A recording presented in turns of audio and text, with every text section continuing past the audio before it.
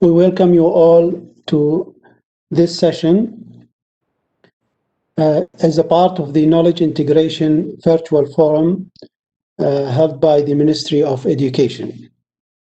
The session is about future preparation for epidemic disease outbreaks. We welcome you all, and let me start by thanking the Ministry of Education for holding this important forum. The organizing team preparation has been astonishing. The discussion of future preparation of epidemic disease outbreaks have never been more important. Today we have in this session 5 talks from 5 distinguished speakers. I would like to welcome all of them and thank them for the contribution in this session. Some few housekeeping notes. Each speak will be about 15 to 17 minutes each.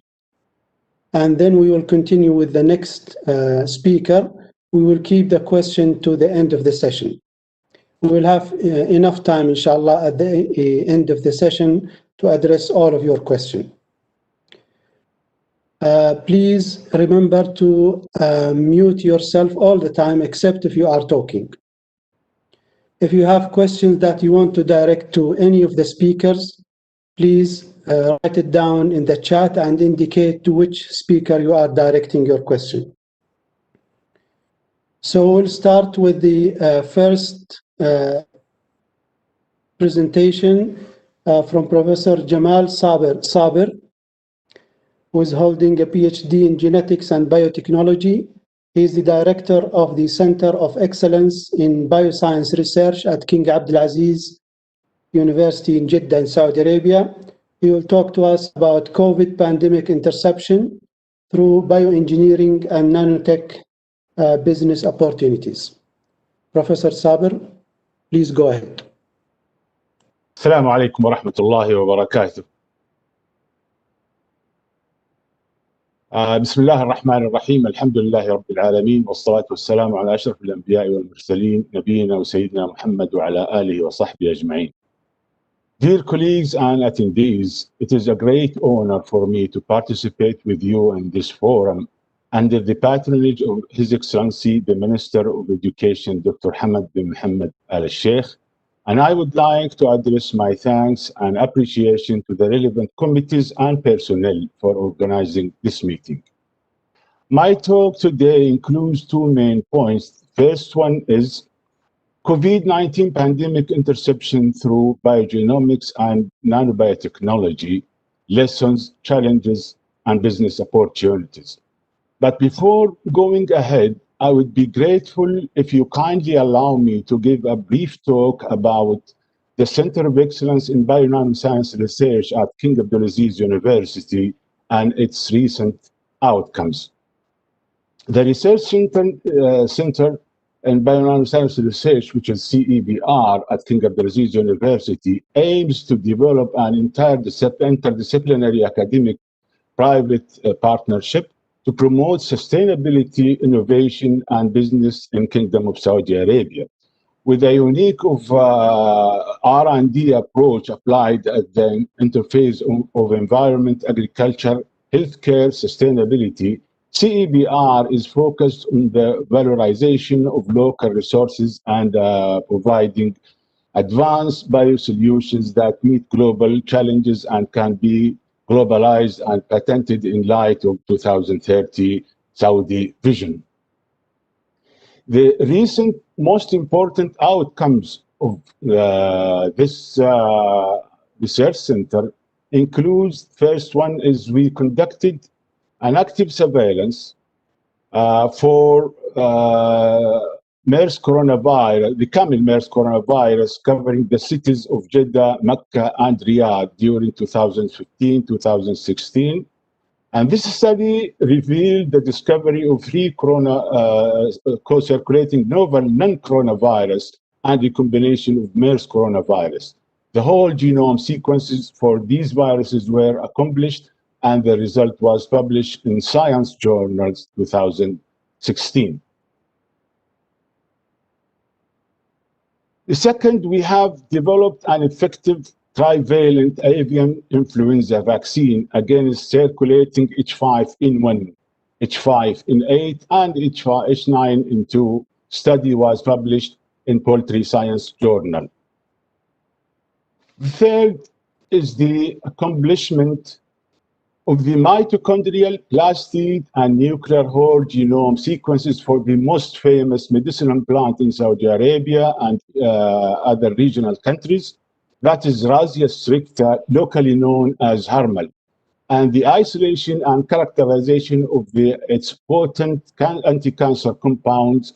A patent was registered in the United States Patent and Trademark Office 2019. Back to our talks today, as I mentioned, the first one is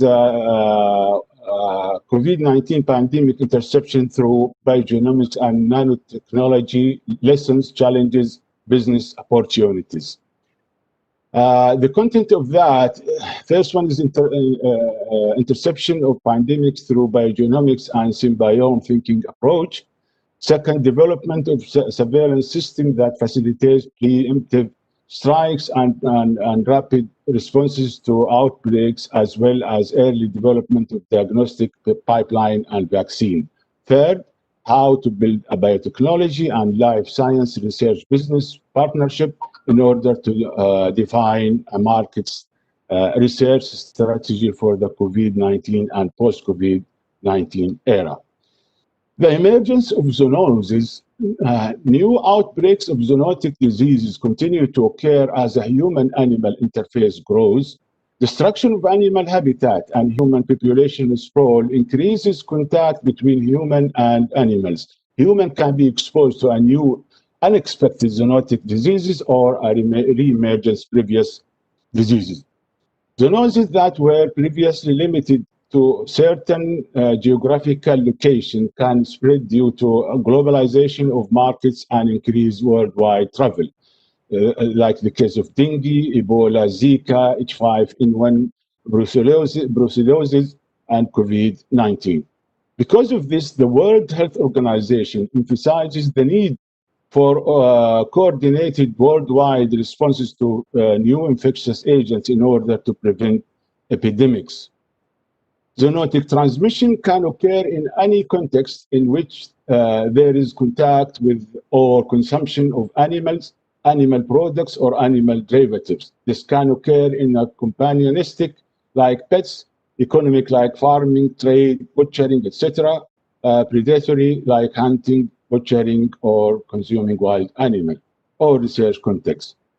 The main factors are deforestation, intensified agriculture, illegal wildlife trade, biodiversity loss, and environmental degradation, climate changes, etc.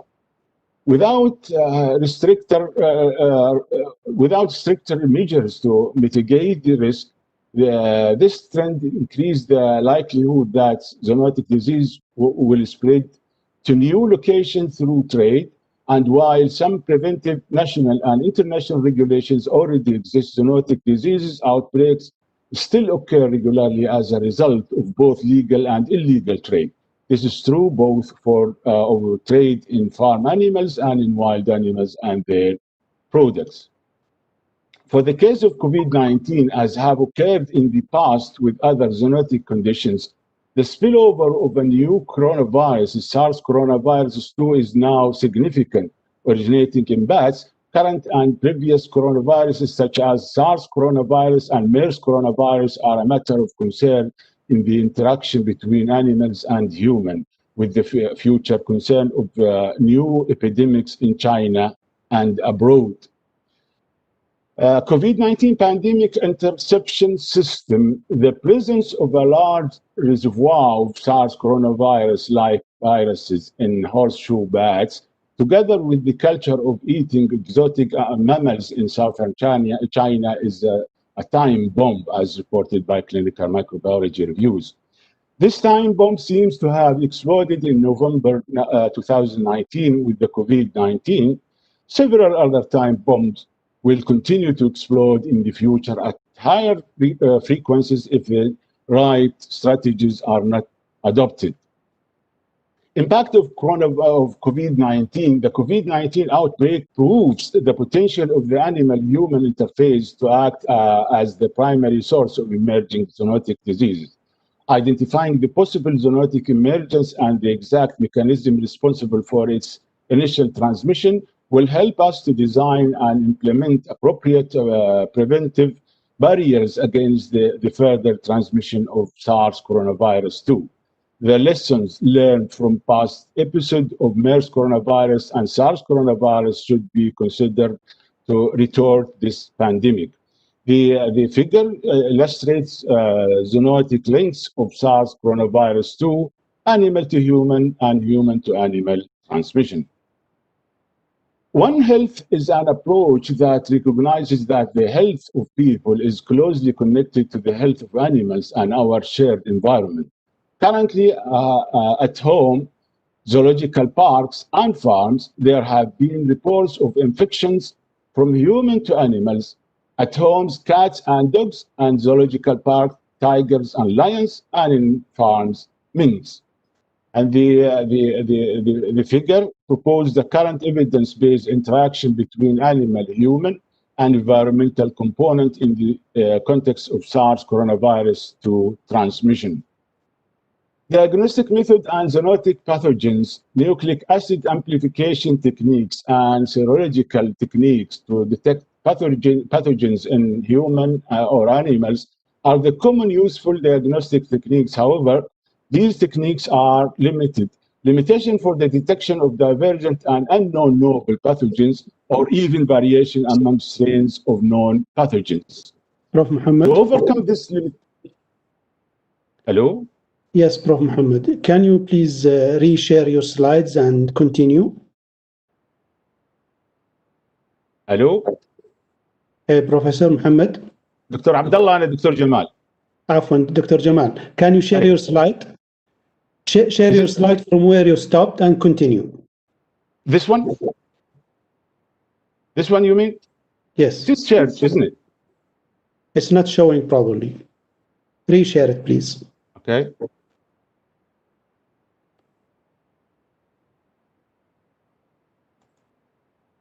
How about this?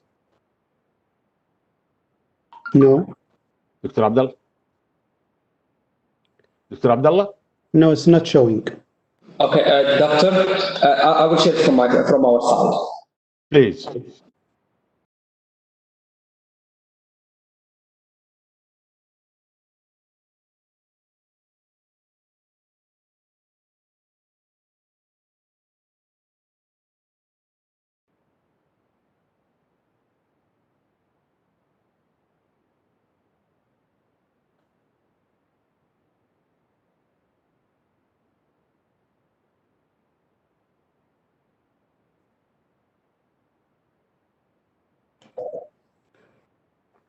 Okay, Dr.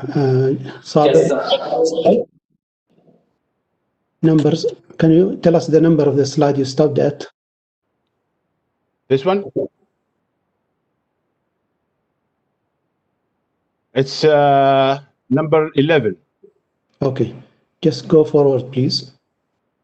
Okay. Is it okay now? it is shared from our side, Al-Amrak. You can continue. Okay, shall I? Okay, continue. When you want to move to the next slide, just say next. Okay, okay then. Diagnostic methods and zoonotic pathogens, nucleic acid amplification techniques, and serologic techniques to detect pathogens in human or animal are the common useful diagnostic techniques. However, these techniques are limited. Limitation for the detection of divergent and unknown novel pathogens or even variation among strains of known pathogens. To overcome this limitation, next-generation sequencing or high-throughput sequencing revolutionized the discovery and identification of emergent infectious agents. During the past 10 years, there is a boom in the growth of rapid diagnostic tests, or RDTs, for use in resource-poor setting, These lateral flow assays are typically self-contained devices that after addition of clinical specimen, use surface tension to flow specimen and reagents across an absorbent membrane pre-coated to detect the presence of either specific pathogens, antibodies, or even pathogen antigen present in the clinical specimen. Next, please. Next, please.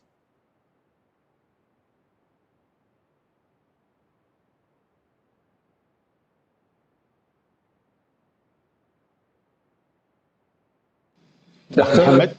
Yes. You can't see it? Can I? Is it okay now? Yeah. Okay. Diagnostic methods? Okay. So my second main point is that the design and development of cost-effective rapid diagnostic test and multiplex real-time PCR for COVID-19.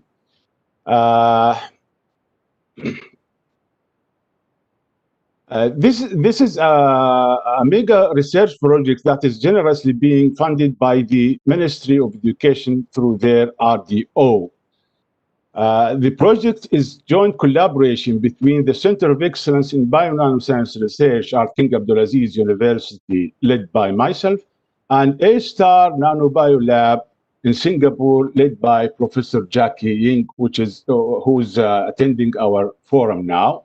And she will be kindly answer all the might arise questions of my presentation because I have to leave this office shortly. The main aim of this research is to develop highly accurate, affordable, and rapid diagnostic solutions for virus pathogens with state-of-the-art sensitivity and specificity. Target high-risk infectious disease, mainly COVID-19, viral hemorrhagic fevers, influenza, MERS, continuous leishmaniasis, and cholera. The expected outcomes include validation of new methods and technologies in Saudi Arabia, subsequent certification as IVF by FDA for use by government and industry in the global setting. Intellectual properties and journal publication would arise from this research and the clinical validation studies of the new technologies. Why rapid detection diagnostic? Despite the high specificity of microbial culture methods, detection times are long in range of days or more and difficult to scale as their procedures are complex and require highly trained personnel.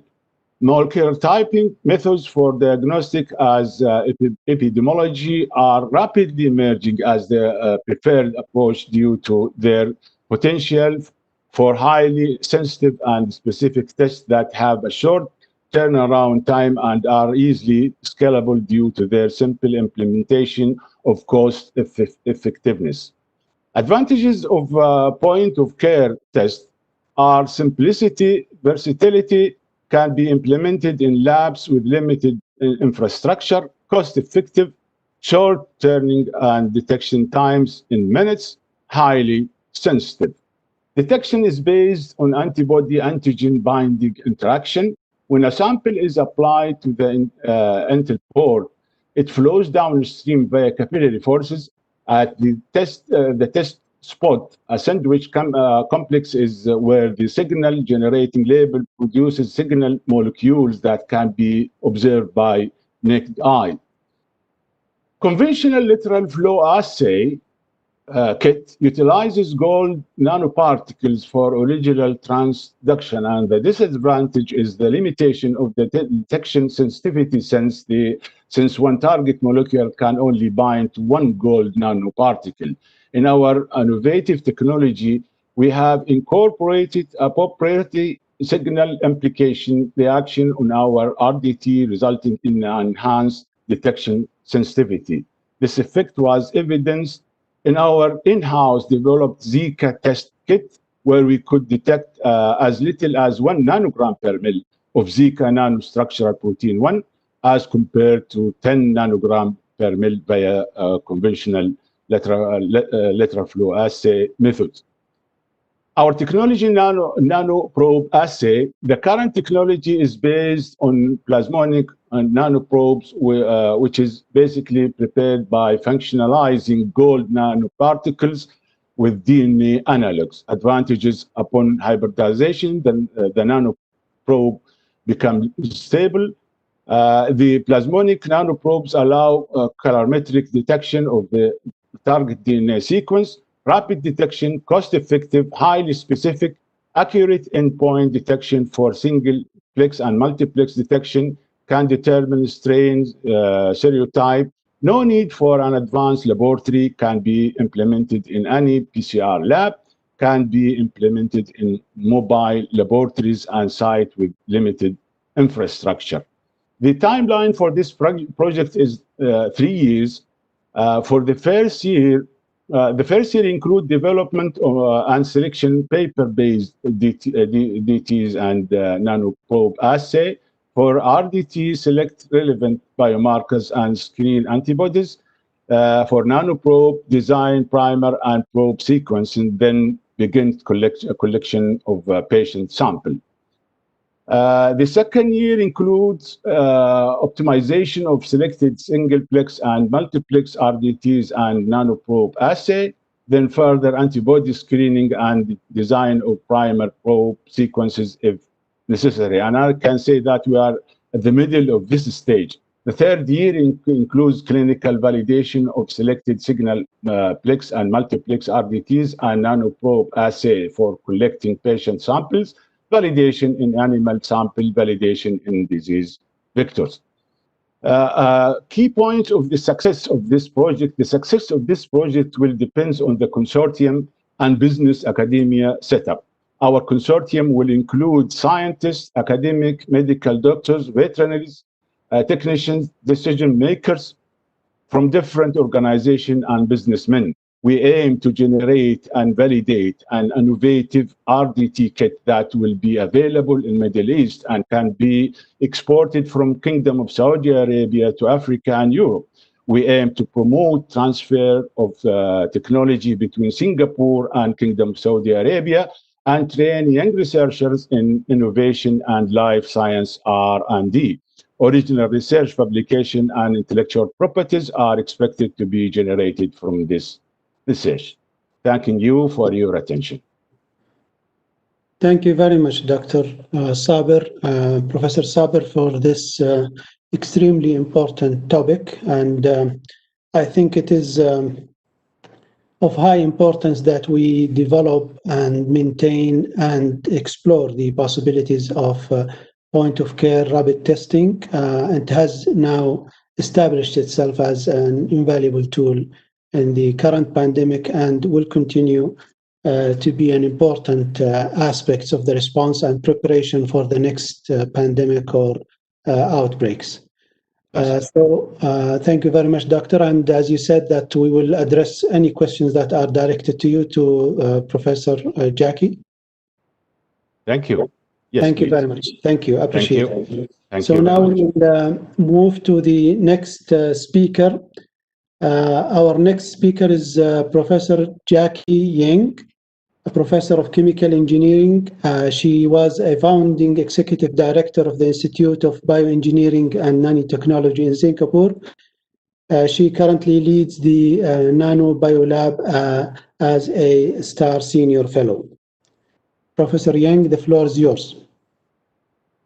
Thank you, and salam alaikum, everyone. It's a great honor and pleasure to be invited to have this opportunity to you about the diagnostic technologies of COVID-19. And what we are trying to do, is that we have a collaboration between Cellway Private Limited, which is a spin-off company from A-Star. We have a good collaboration that has been ongoing for a while now with Professor Jamal Saville from the King Abdulaziz University. And we are delighted that we have this opportunity for a joint collaboration funded by the Ministry of Education by the Kingdom of Saudi Arabia. So the first thing is to understand that the coronavirus transmission cycle is most likely originated in bats and then transmitted to humans through an intermediate host. And the virus causes diseases in both human and animals. And in particular, we talk about not only infection of upper respiratory tract with minor symptoms, but also this has led to SARS, MERS, and now SARS-CoV-2, which can replicate in the lower respiratory tract, causing potentially fatal pneumonia. The coronavirus basically is nanometer in dimension and contains a single-strand RNA nuclear material, and it belongs to the beta-COVID genus.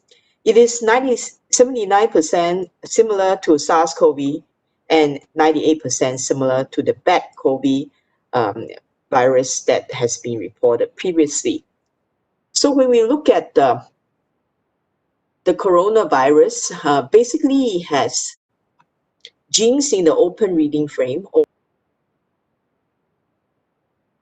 has encode proteins for viral replication. It has a nuclear capsid and glycoprotein spike formation. Okay?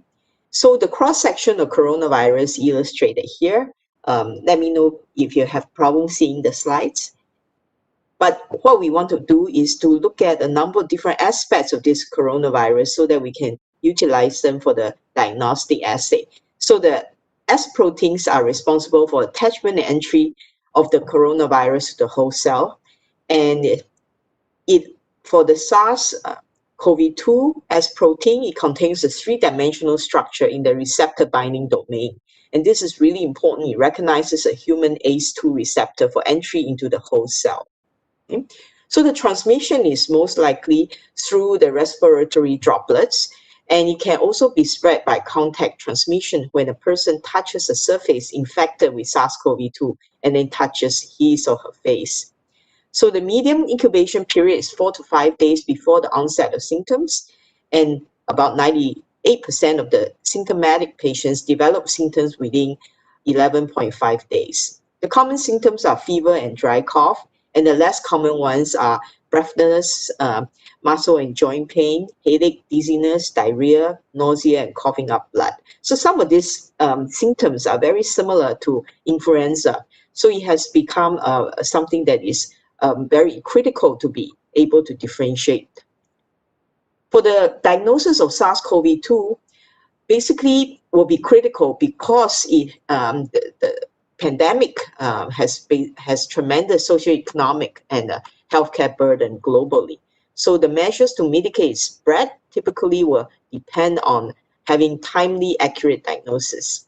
So the first SARS-CoV-2 genome sequence was published in January, and that allowed the rapid development of real-time reverse transcriptase polymerase chain reaction. RT-PCR basically is the most sensitive and specific and preferred test for diagnosis. The common targets used by the RT-PCR include ORF1ab, RNA polymerase RDRP, and proteins such as envelope, nuclear capsid, and spike proteins. When considering which targets to use, the critical part is to make sure the uniqueness of the region is considered so that they don't cross-react with SARS-CoV and MERS-CoV and other coronavirus. The other aspect is to try to pick that part of the gene that doesn't, it's not so easily undergoing mutations. So if we look at the detection of SARS-CoV-2 virus and antibody, it gives us ideas of how we should go about designing the diagnostic. So the most commonly used type of sample is nasopharyngeal swab, which is shown in this light blue color. We see that when the symptom is developed, we will have a peak in the detection of this through the RT-PCR. Okay, so RT-PCR will not be able to detect things, less than a week before the onset of symptoms. Okay, and this nasopharyngeal swab is a very uncomfortable swab, as some of you have experienced. So there are other respiratory tract specimens, such as mid-terminate nasal swab and throat swab that's being explored. Sputum or saliva are also of great interest, and there are also other people examining stool samples in the sewage to basically try to monitor the spread of SARS-CoV-2 in the country. Okay? So the nasopharyngeal swab can basically detect as early as day 1 of onset of symptoms. It will peak within 1 week of the symptoms and decline after the 3rd week. So the cycle threshold for RT-PCR assays for detection of this coronavirus basically is typically less than 40. If you have a very sensitive RT-PCR, this is going to be critical because otherwise it tend to have a lot of false negatives out there. The other thing that is important is that RT-PCR will continue to detect viruses even after the viruses basically has become dead within a person. So this part is particularly challenging. In Singapore, a lot of our foreign workers were found to have this virus and they were quarantined for extended period of time. They really weren't very sick. They have very mild symptoms, if at all, but they continue to show up positive in the RT-PCR, and this is because the presence of the RNA does not indicate necessarily that the virus is viable. So it will be of great interest if we can tell the difference between a viable or dead virus. Serological assays are of great interest as well. So these are basically IgG, IgM antibodies shown in the dashed line, dash purple line, and the dash green lines. Detection of this immune response to SARS-CoV-2 allow us to determine the extent of the infection in the community, but they are not suitable for early diagnosis. And this is because IgG and IgM only begin to increase 7 to 10 days after the onset of symptoms or after the body has developed an immune response. And the other thing is that they will decline by 5th week. IgG might persist to 7th week. So this part is also something that people need to be mindful. So if you're thinking about having an immune system that will prevent you from developing future infection, this is not something that has have a great evidence yet. Okay. One other thing that I should mention is that in Singapore, for the foreign workers, they have found about 10 to 15% at least of the people who actually are clearly developing viruses with RT-PCR, but they were tested negative in IgG, IgM. So this could be because the body basically didn't really have develop the immune response because their symptoms are really non-existent or very, very mild. So this is something, again, goes to shows that IgG, IgM might not always tell you exactly something that could be accurate. Okay? So if we look at RT-PCR, here are a bunch of targets for the commercial kits that are currently available. You can see that there are many, many different types of target genes. Basically, it has been found that not a single gene will be able to give you the whole coverage of all the mutations that are out there. So it is critical that we develop a multiplex assay. So this is one of the first goals that we have for developing RT-PCR assay. And the trick of developing a multiplex RT-PCR is to figure out first, how can we get different kinds of target genes, and together whether they will allow us to cover an entire genome that is out there, including all the mutations. Now, we have looked at 3 target genes at CellBay. This is RDRP, NSP3, and M gene during the last 6 months of our project. We can see that the clinical validation results indicate that we are very, very accurate with all the cases of a positive sample. And the positive samples are basically taken from nasopharyngeal swab and determined by an existing test kit in Singapore called the Fortitude kit. Okay, all the positive samples have been picked up, and these are the green curves that we can see in all the different graphs. Okay, however, we noticed that for the negative samples, some of them actually show up as positive. You can see this, for example, those that are negative that got picked up across the line, for example, RDRP, there are 2 what we believe are positive samples, but they are deemed as negative by Fortitude. NSP has 1 and M gene has 1. Okay, so what I want to show you is that it turns out that this two samples are, we believe, false negative samples according to 42. Okay, this is because the patients that were positive on all three target genes, RDRP, NSP3, and M gene, okay, was later tested positive by 42. And why it get tested in the first round by us is because our test kit is more sensitive. Okay, so if you have an assay that is not very sensitive, then what you will end up is you will classify certain sample as false negative. This has a major implication because those false negative patients were allowed to go home and they can be spreading to other people, right? So this is a part that is critical, that we have an accurate kit that actually can identify these people so that we minimize on the false negatives. Okay? Now there's one particular gene for this RDRP. We see that we have a second patient that we tested as positive. And that patient was later found to be tested equivocal on the next swab. So again, this is something that is a false negative on the 42 kit that has been picked up accurately by us in the very first swab. So this illustrates that we have done a really good job in the way that we have designed the primers for the RT-PCR assay. We are currently trying to develop not only single-plex RT-PCR, but multiplex RT-PCR. And the trick of that is basically to combine multiple genes and allow them to run at the same reaction conditions and the same buffer master mix conditions. If we can do that in the same well, then we can basically have great assurance that we will not miss out any mutations or genomes that are out there that has been reported. And this work is ongoing, but I think our results to date has been very, very encouraging.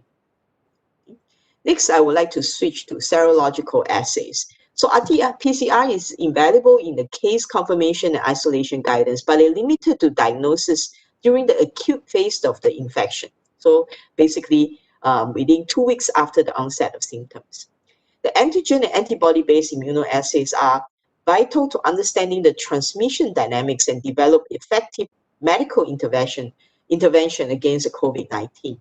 But the most available serological assays detect antibody IgG and IgM, okay, and they're detecting from serum and plasma, which are easier to sample in some ways than the respiratory samples.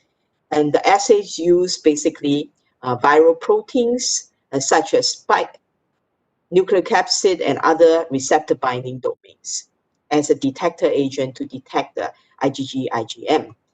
However, because the human population has prior exposure to certain endemic human coronavirus, it is tricky to validate the specificity and sensitivity to avoid false positives. So this part is a challenge. And what we have seen here is that there are different kinds of viral protein and sensitivity and specificity as noted here. What we have been focusing on is to understand the drawbacks of the serological assays. They are unable to detect COVID-19 in the acute phase, as antibodies take several days to generate post-infection. And there's inherent variability of the antibody response due to the unique genetic makeup of each individual. So although the SARS-CoV coronavirus has not been reported to circulate in human populations since 2004, other endemic human coronavirus still pose a problem for the specific SARS-CoV-2 detection. So ELISA has been used to detect circulating neutralizing antibodies against SARS-CoV-2. This blocks the interaction between the receptor binding domain of the viral spike glycoprotein within the ACE2 cell surface receptor. And this is something that is good for development of vaccine and therapeutics. But what we are trying to do, what we want to develop is a complement to molecular assay. In particular, we're interested in detecting the viral antigens. This will allow us to detect the infection at the early phase, just like RT-PCR. But the challenge is that you need it to be very, very sensitive. Okay? So we rely on specific monoclonal capture detector antibody to detect the viral antigens from the sample. And this will usually be a serum or respiratory samples. Okay? Okay. It can be ELISA or lateral flow rapid test format. Jamal just now has mentioned about our rapid test format. This, I think, will be most attractive because it will yield results in 10-15 minutes. Okay.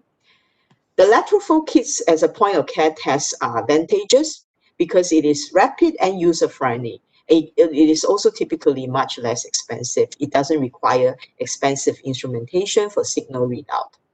And however, it is important to validate these kits rigorously before deployment because they tend to have false positive and negative results, much less accurate than typical RT-PCR assays. At the NanoBio lab, we have developed rapid test kits that make use of enzyme labels. So it is unlike the typical rapid test kits, which make use of gold nanoparticle-based test.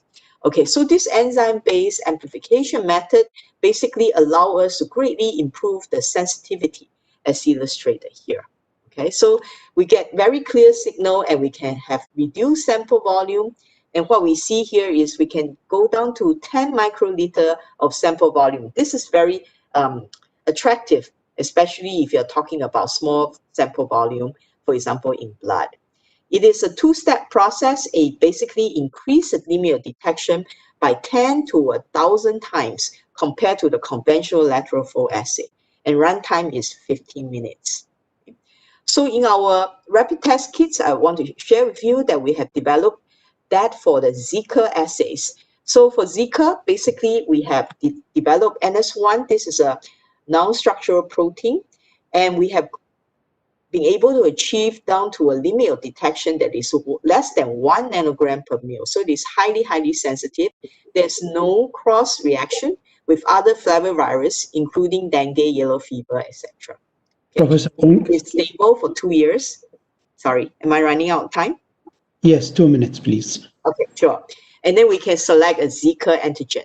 Okay, so what I want to do is to summarize that we can basically use this method to detect people at the early stage, basically less than 6 days post-fever or in the second week post-fever. So this is important because the first week we are using the viral protein detection. The second week we're using IgG, IgM. And I just want to summarize the results here. We can see that commercial ELISA and rapid tests either have inadequate sensitivity or specificity, whereas our IgG, IgM rapid tests have both good sensitivity and specificity. So this is extremely exciting. Okay. I also want to mention that we are currently looking at this antigen detection using our rapid test kits. And these tests are basically, as I mentioned, may tend to be less sensitive by RT-PCR, but we are basically trying to improve that sensitivity. It is going to be useful for CT values for RT-PCR that is less than 25. And the recommended usage is basically when RT-PCR is unavailable in areas with a widespread community transmission. Okay. So we have been doing antibody screening for the SARS-CoV-2 antigens, and we have identified best pairs. And what currently we're doing is we're continuing to screen and also developing more sensitive antibody as well as nanobodies. And this is done in collaboration with Professor Jamal Sabir's lab at the King Abdulaziz University. In addition, in our lab, we are developing novel signal amplification methods to improve the antigen detection sensitivity. This is because we basically need to get a limit of detection that is less than or around 1 nanogram per ml. Okay. Thank you for your attention. Let me acknowledge the team of people who have been with us from Cell Bay Private Limited, and they are spin-off, as I mentioned, from the NanoBio Lab under the Agency of Science, Technology and Research in Singapore. And we're delighted to collaborate with Professor Sabir's lab at King Abdulaziz University. And we're grateful for the Ministry of Education for this grant that allows us to kick off the collaboration so smoothly. Thank you very much for your attention. Thank you very much, Professor Yang.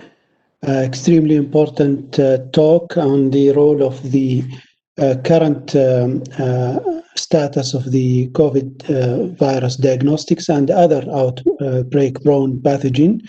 and also the existing collaboration with King Abdulaziz University. That's really impressive, and we look forward to materialize more on this front. So Thank you. Thank you very much. And if you can stay with us, we might have some questions for you at the end. Thank you very much. So now we will move to the third talk. It's my pleasure to introduce Professor Matthews Gosson, who is the Associate Vice Dean and Research of the Research and Graduate Studies and the Acting Dean in the College of Science and General Studies at Al Faisal University here in Riyadh. His talk will be about the environmental management, sustainable development, and human health in the age of COVID-19. Professor Math.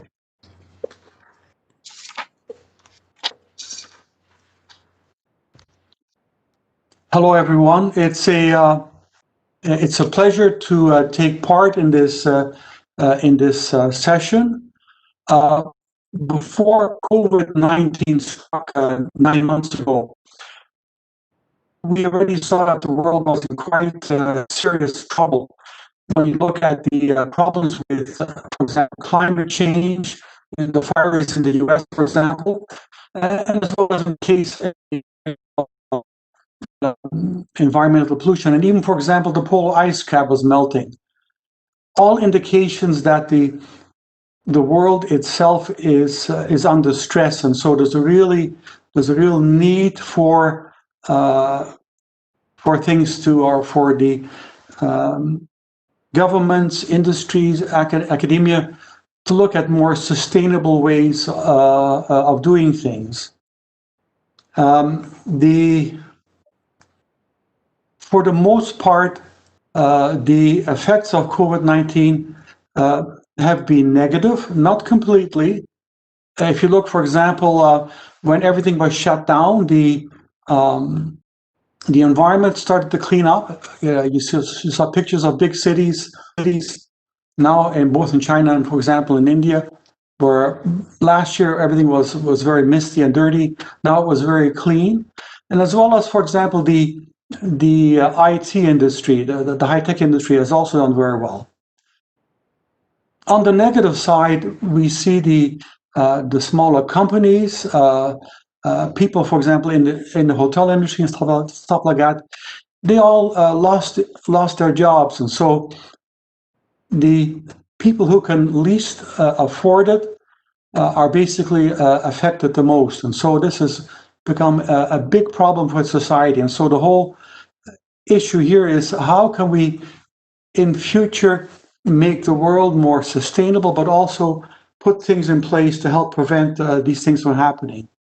And so you have a mixture of things, and I want to take a look at how all of these things connect. So we have basically 5 stakeholders. You have the government, you have the private sector, thirdly, we have academia, fourthly, the research institutions, and fifth, we have society. So how do all of these things fit together?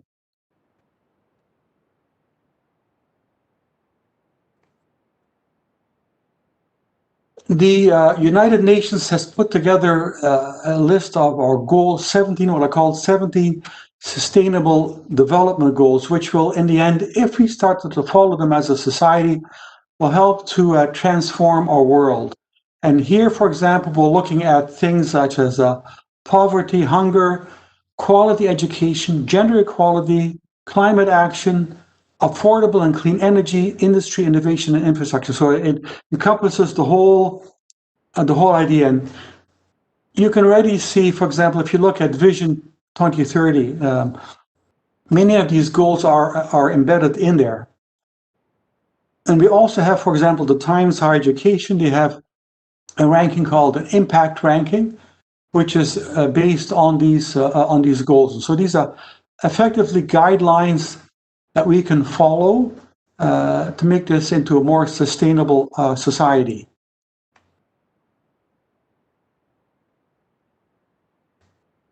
Leadership is also crucial, and if you look in the internet, you'll see numerous universities and all institutes have been set up where they look at sustainability. and how we can train people to make sustainable decisions. So we can, for example, here at the University of Cambridge, as in Dubai last year, to look at to talk with some of these people here. And so really, the point here is you want to train your leaders, train your company people, train your academicians to understand sustainability and what kind of decisions they need to make.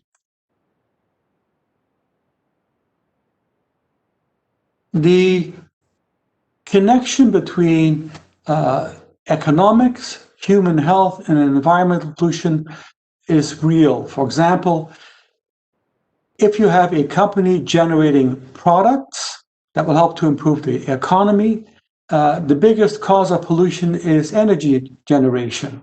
Okay, for example, where you use fossil fuels, or in the case of cars, where you're burning stuff. So the better the economy, you have more and more pollution in society. And so you have a trade-off. You can have a very strong economy with lots of growth, but at the same time, you can end up hurting the people living in that society. And so this really tells you that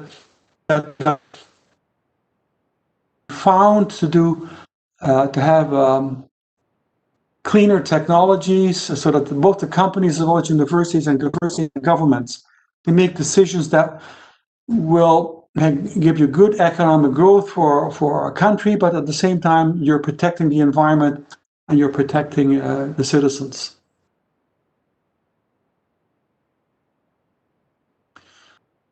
So the challenges here is, I think the key word here is how to integrate things, okay? You want to integrate what the government does, what the private sector does, what academia does, and what society is willing to accept. And you effectively want to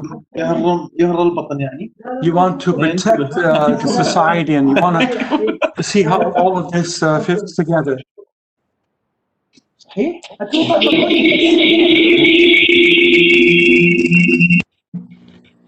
Excuse me, can all of you unmute yourself? Let me give you. All right. Sorry for the inconvenience, Dr. Michael. Yeah, go on. You may continue, Dr. Michael. Okay, I want to give two examples where this integration of technologies has been quite successful. One is called computational medicine, where basically IT technology and medicine have come together to give you improved products. And in the figure here on the left, you see the way medicine worked in the past. And in the middle is, for example, the way it works now. For example, that if you have your CAT scan and MRI, if you need something, they'll wheel you to another part of the hospital, do a test, and then wheel you back again. And in the bottom, you see the way of the future. So let me give you one example. Now, we all have our smartphones. I remember seeing one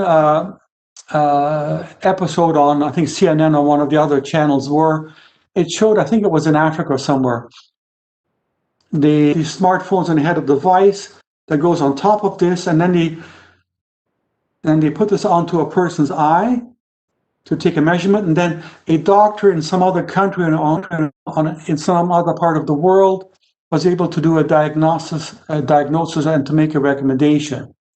So just an example of how technology can be used to improve the world of medicine, for example.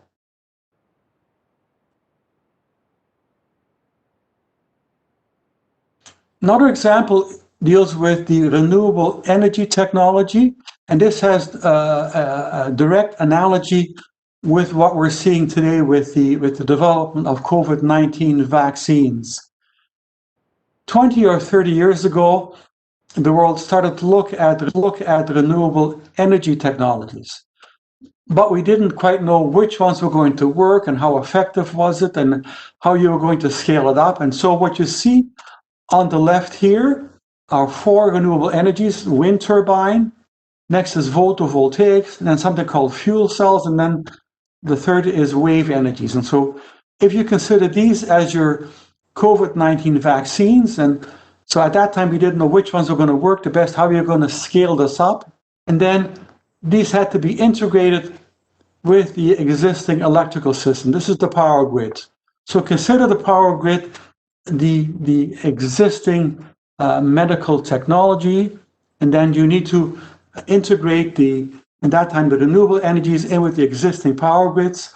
Same as today, you have now all of these vaccines being developed, and you don't know which ones are going to work the best, how long they can be stored, and how you're going to scale it up. And so we're here with a sort of a similar problem. We'll know maybe 10 years from now which vaccines work the best and how to scale them up and how to use them. But the essence, the thing to say with this one here is we keep working on all the vaccines, and then in the end we'll have maybe a set of, who knows, a half a dozen or a dozen that we can integrate effectively in with our medical system and our treatment of our patients. COVID-19 has put a lot of stress on society. And if you look on the left here, the biggest ones are these social and emotional stresses. Okay, I mean, you can look at the lockdowns before, people get stuck in the houses, in their apartments, they can't get out. How do you get your groceries? You can't see your children, so this is big problems through the whole world. Third one, economic. And in here, this is a mixed bag. The IT, for example, did well. The academic world, they could keep on working. However, on the negative side is the people who can least afford it suffered the most. The small companies, the stores, the people with jobs, and for example, in hotels and in the restaurants and in the tourist industry, many of them lost their jobs. And for example, the small companies that went bankrupt, many of them will not come back. And so this is a big problem, but this is something that we have to address as a society. And lastly, of course, we have the whole health issue. How many of us have either a family member, a close friend, or a relative that has been lost in the past year? And so these are real problems. And I think the only way we can address this is if we work as a society as a whole, as a government, private sector, academia, and research institutes. We have to work together to try and put things in place so that the next time we get hit by a pandemic, we will be better prepared and we could more quickly put things out to help society. On the right, just an example from my own university, where we had internal COVID-19 grants that we've awarded. The point here isn't that we awarded grants. The point here is that we awarded grants in medicine, business, engineering, pharmacy, and science. So, for example, in the area of business, what effect does COVID-19 have on the economic problems that you have in society? And in engineering, for example, scaling up, and in medicine and science and pharmacy to develop the vaccines as well as the testing methods.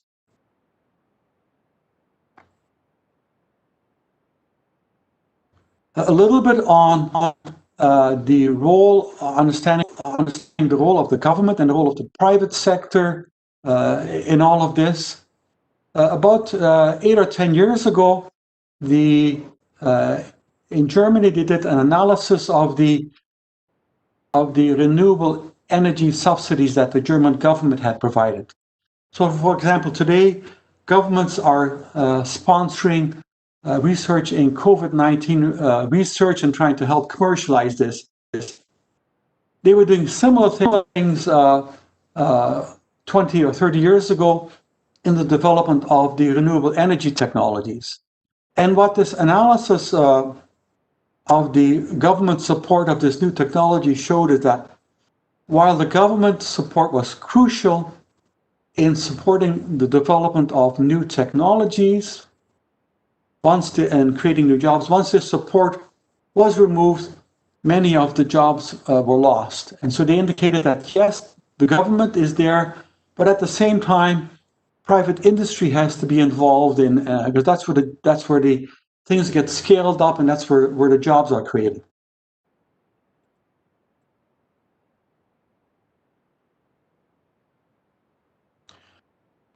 The point that I want to make here is in trying to understand the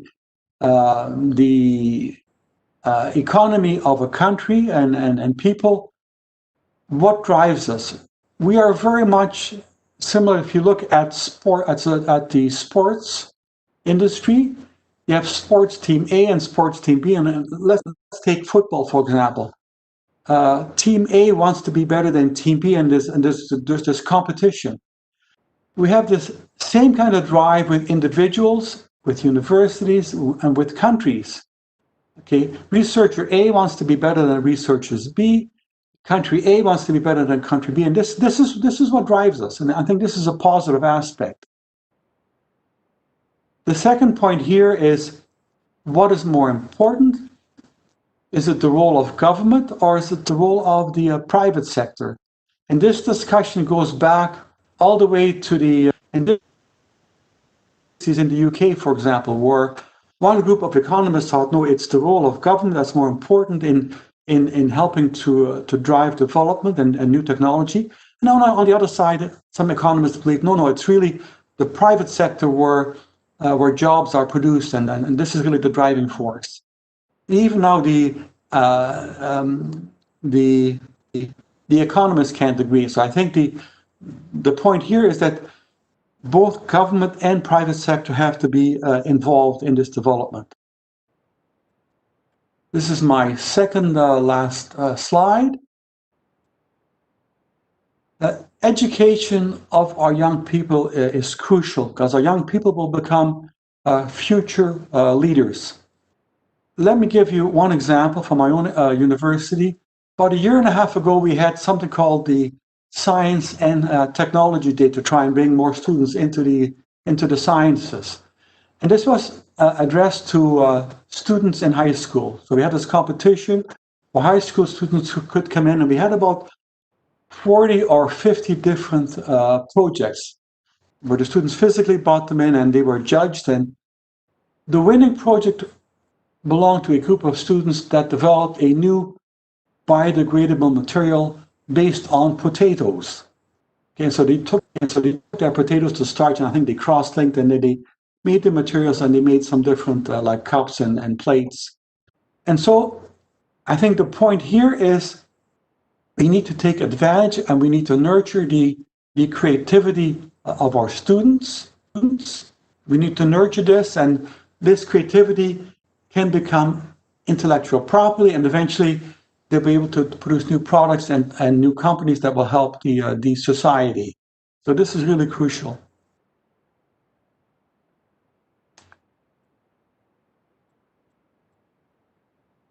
So to conclude my talk, it's crucial that we have better integration between the government, the private sector, with academia and research institutions, so that we are better prepared for future disease outbreaks. So, because we want to go from the lab scale, the testing, to scale up, to actually applying that to society. Guidelines that we can follow is we have the UN Sustainable Development Goals. Leadership is important. Interdisciplinary research. Also keep in mind, we still have major global pollution because of too many people, too much industry. Government can help, but the government isn't the only solution to this. It has to be also the private sector involved. And finally, the education of our young people is really crucial in all of this. Thank you very much. Thank you very much, Professor Bosson. It has been really fascinating to understand or try to understand the interaction that is still unfolding between the current pandemic and the environment, and how can we learn from the lessons that this pandemic has generated. So if you can stay with us, please, Professor. So we have a few questions from the audience that we will direct to you after we are done with our talks. So our next speaker is Dr. Abdullah Al-Ghuizani. He's a medical doctor specialized in adult infectious disease. He is the Chief Executive Officer of the Saudi Center for Disease Prevention and Control. And he will talk to us about the role of the center in the disease prevention and also the public health arena in the Kingdom of Saudi Arabia. Dr. Al-Ghuizani, please go ahead. Thank you very much, Dr. Abdullah, and thank you for the Ministry of Education for this wonderful events. And I'm really honored and glad to be here just to talk about and brief introduction and some summaries about Saudi Center for Disease Prevention and Control and its role and in the COVID. It's only a snapshot of what could this center work and for future collaboration, future project in regard to disease prevention and control. So if they can put the slide, I would be really thankful of Muhammad. Could you put the slide, please?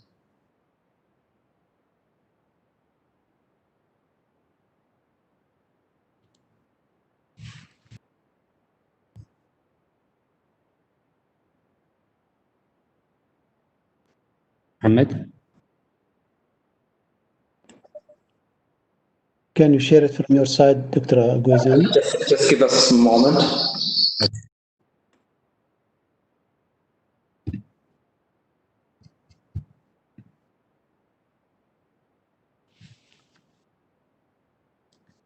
Okay, could we have another slide next? So we'll talk about Saudi Center for Disease Prevention and Control, brief introduction, some sort of governance and key function and platforms that has been working on through the CDC during the COVID. Next. So the Saudi Center for Disease Prevention and Control was established by the Council of Ministers Resolution number 200 in 2013 to be the primary public health institute that helped to achieve Vision 2030 regarding disease prevention and control. Next. Saudi CDC is a reference authority for the public health in the Kingdom of Saudi Arabia, conduct critical science for the public health and provide the needed health information about health, disease prevention and control, and also work as a scientific partner to all the healthcare organization and beyond. CDC is concerned with preventing and control communicable disease and non-communicable disease, injury, and other health threats, and monitoring and measuring and evaluating population health and related risk factors to inform policies and program, fostering the next generation public health expert. Next. Our vision is a healthier life for all and global leadership in public health, and mission promoting public health and reducing the burden of disease through health legislation and systemic intervention in cooperation with everyone. Next. We work in so many various aspects in regard to public health, whether it's a communicable disease and its branches. We have the National Public Health Lab as a reference for public health lab testing, and it played a major role during COVID-19. We work to have also through the healthy environment and community, try to understand the impact of the environment to the community and how we can work with the stakeholder for optimizing proper community and a healthy environment for all. We have a global health branch, which is has a major impact through COVID-19. I will talk about it. And we have the epidemiology and surveillance response and health and promotion and improvement. Next. We'll talk about the public health lab and its role during the COVID-19. I think this one was really enhanced during the COVID-19. We work in 24-hour, 3-shift day. We were the first lab that conducted the COVID-19 in the kingdom, and we started to optimize the standards and quality assurance for the lab. Next. This has led to expanding the lab tests in the kingdom from only one lab doing 2,000 lab tests to over 62 lab throughout the kingdom. This has actually led to increase lab uptake. Actually is up to 80,000, not 16,000. And we accredited more than 62 labs, 25 of them in the private sector and 37 in the government sector. And also we are working, we work collaboratively with the MOH for putting the initial step for the drive-through testing and also expanding and some strategy for the expanding the lab testing as well. Next.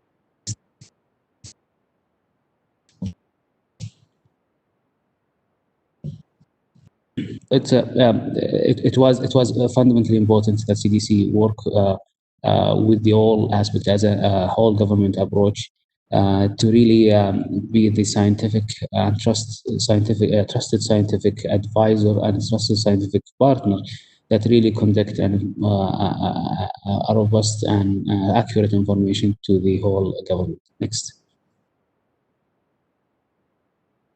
We work through many platforms in the preparedness, whether it's the committee that's responsible for handling the CDC, the COVID-19 impact, and we work with all various partners around the umbrella with the coordination of the MOH as well.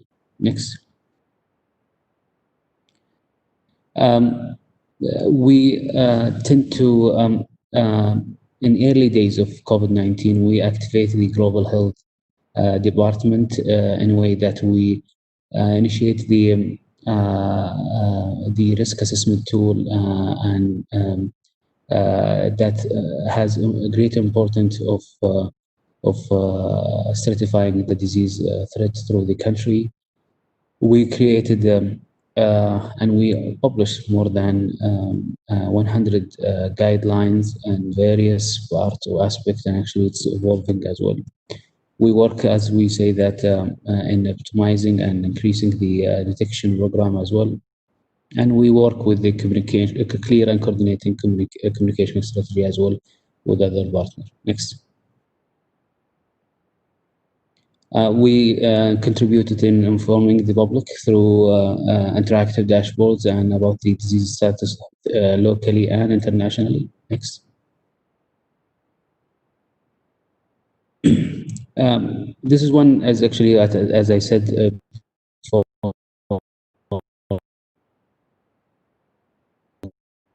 how we analyzing the international threat in early days, and actually this assessment tool has effectively worked to delay the importation of COVID and implementing certain strong action that was, we can say it's has an enabling or key enabling driver, which is the collective, coordinated, multi-sectoral leadership approach to implementing the strong measures in early day of COVID-19. CDC risk assessment tool is continuing not only for the international aspect and how we minimize the risk. It's a continuous work day to day, and will continue to monitoring the disease in an international way and how we can minimize the impact on the public. It has a various degree from minimum, low, and moderate, and high, and very high. And it's basically taking the epidemiological spread in each country and health system capacity and early detection and reporting of novel virus and rapid response, and how the country that we are analyzing, how they handle the virus, and daily report. Next. We did adapt risk assessment tool for different sectors, issuing risk assessment tool and plan for Hajj as well.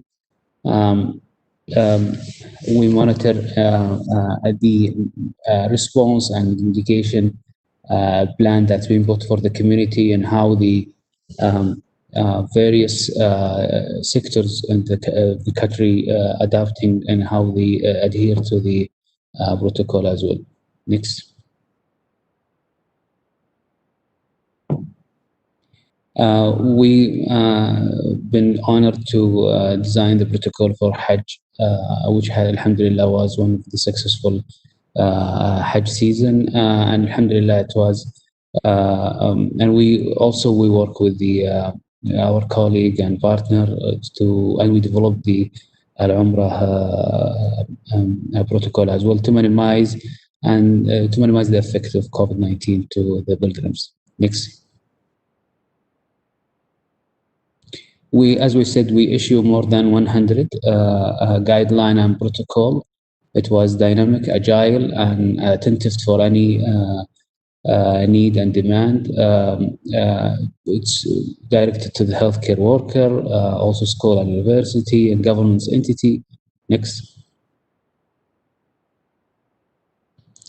As I said, guidelines for and protocol to raise the community resilience and adaptation to the virus in mosque, mall, gyms, hotels, and all the area that people and population can benefit to minimize the risk and for transmission of disease. Next.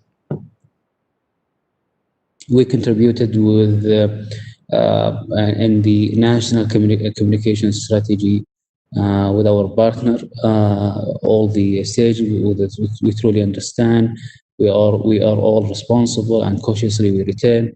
All these area we contributed with our partner in well-orchestrated national strategy. Next. And when we do that, we do it through two elements about the health improvement and promotion and communication. We work with our colleague to raise the awareness in several formats, guidelines, educational, readable audio messages, and short film intervention and interviews. We covered different topics of awareness targeted different population, provide up-to-date resources and tools in different audience, and we continue ongoing communication with different work members as well. Communicating this message in collaboration with other and under the national communication strategy had improved, and will continue to do that through the pandemic as well. Next. This is about the role in COVID-19. I just want to add some summary about 5 key priorities which we learned so far, and we will continue to foster and adapt in CDC. That we work, and we need to work on a new generation of leadership in public health aspect, and how to understand and how to advocate for the public health need. We'll work to address the population level and health risk and allocate resources. The field of public health is interconnected, and social determinants of health are integrated to be integrated in the decision-making system as well. So we need to really attentive to the population level and risk, and we need to we will do it to work and strengthen the public health systems through data-driven and science, and improve the surveillance and compliance to these factors. this pandemic has showed the importance of have the communication and its process, and also the training for public health practitioner and also non-public health professional. It's an important thing, and we need to do it, and we will do it, inshallah. Thank you.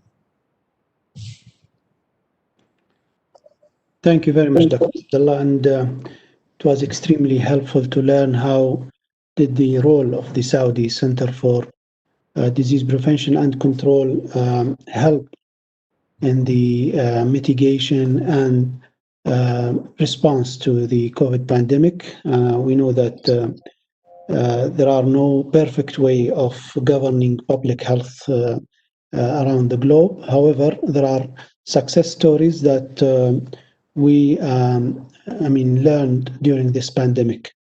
One of the most important success stories is that we need to have a clear governance of public health at the level of our countries, so our response can be coordinated and up to the scale of the pandemic.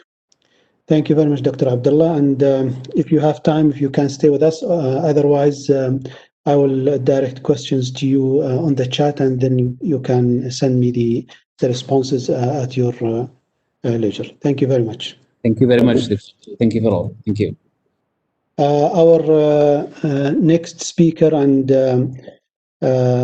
is Professor Mohammed Zerob. He's a professor of chemistry, group leader of biosensor and bionanotechnology lab at Al Faisal University in Riyadh, Saudi Arabia. He will talk to us about rapid and low-cost assays for the detection of emerging viruses. Professor Mohammed, the floor is yours.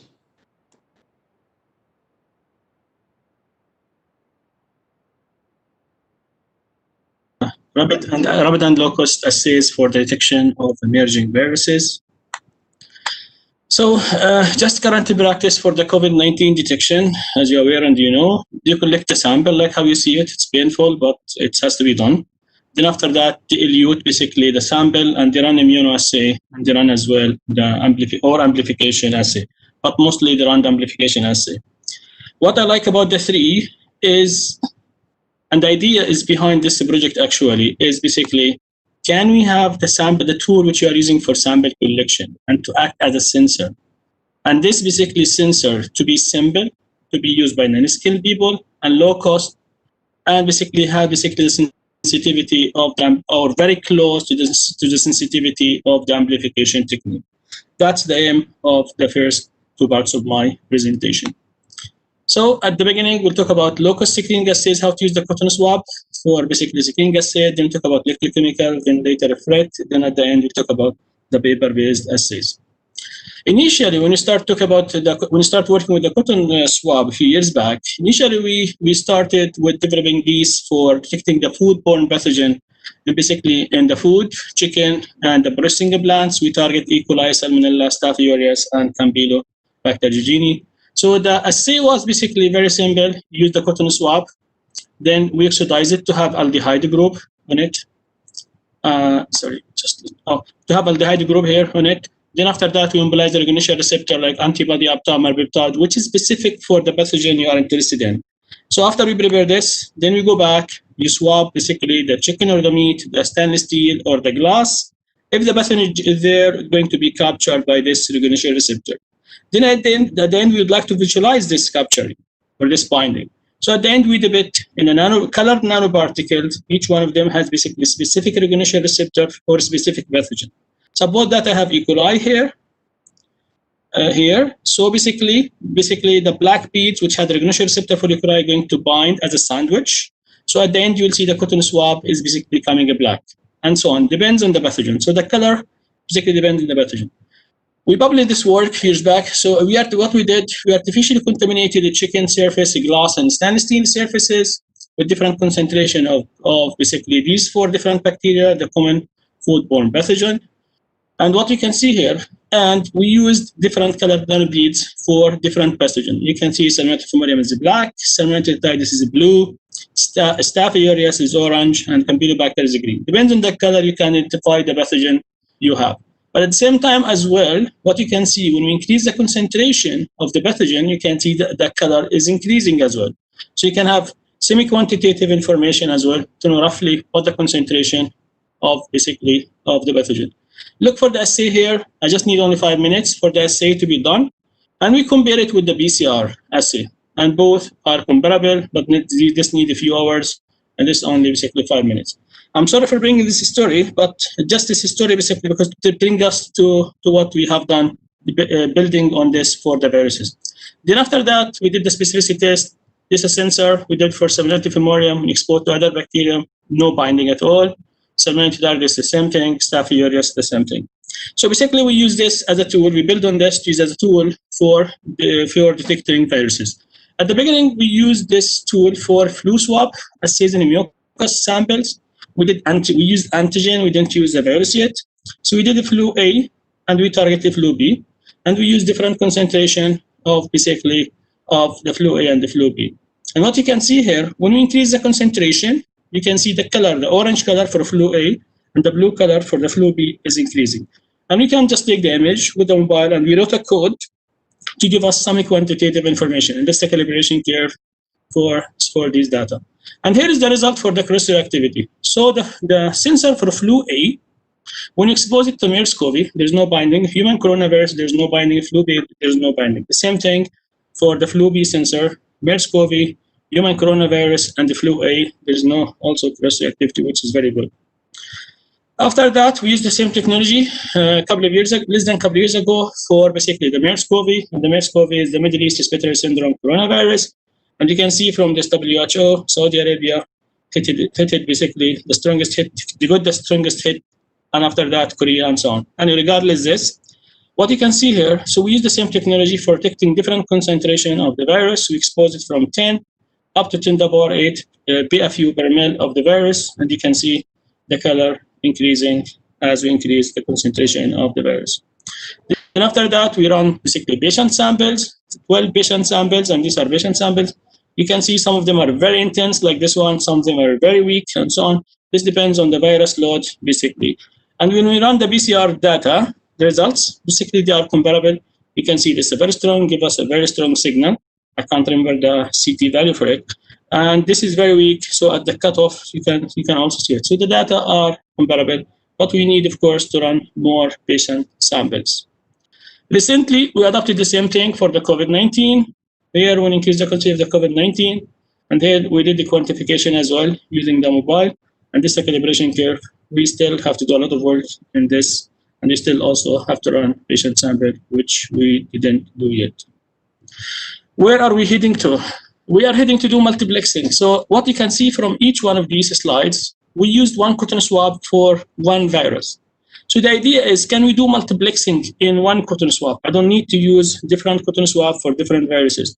So the idea is, when you collect the sample here, depends on the color you get on this, we'll be able to determine basically what is basically what virus.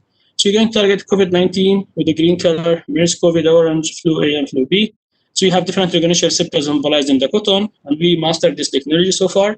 And after that, you could basically you collect the sample and you dip it in the different colored nanoparticle, depending on the color appearing, so you'll be able to determine what virus basically the patient got infected with. We did before looking for using the same technology for adenovirus infection in the eyes. This is serial deletion of the adenovirus.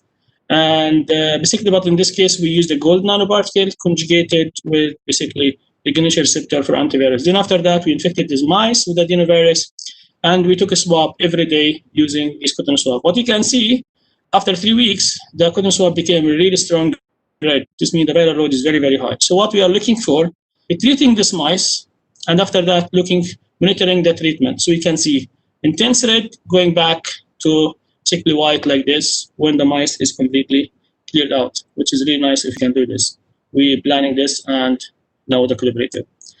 We adopted the same technology for basically HPV, and this in collaboration with Dr. Fatima Hamlan from TFSHRC. She's interested in HPV. So these are the tools they are using for the pap smear. Basically, they're collecting the sample from the females, and after that, they run PCR. So basically, we got these tools, and basically, we used blue nanobeads we conjugate around them basically an antibody for HPV, and then we immerse the tool on this mixture. Basically, if the tools become blue, this basically indicates this female is infected with HPV. If it remains white, as it is, so this means it's negative. So this regarding the cotton swab. Now I'll talk about the electrochemical. So basically, this my lab, Dr. Shaima Isa, she did this work. So basically, what we're trying to mimic is, instead of using these plastic tools, which at the end has a soft polymer or cotton swab around it to collect the sample, we are replacing this with electrode. So we fabricated 3 different electrodes here: counter reference and working electrode. And we immobilized the recognition receptor for COVID-19. And after that, we coated the same way like what you see, this commercial available one.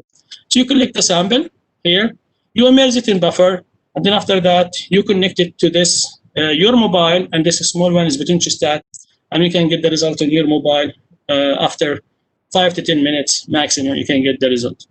So these are basically the fabrication for these sensors. So basically, from here coming the sample collection, as I mentioned, which already has recognition receptor on it. And after that, we collect the sample, we immerse it in buffer. And then after that, you connect it to the potentiostat, and you get basically the result. What we did here so far,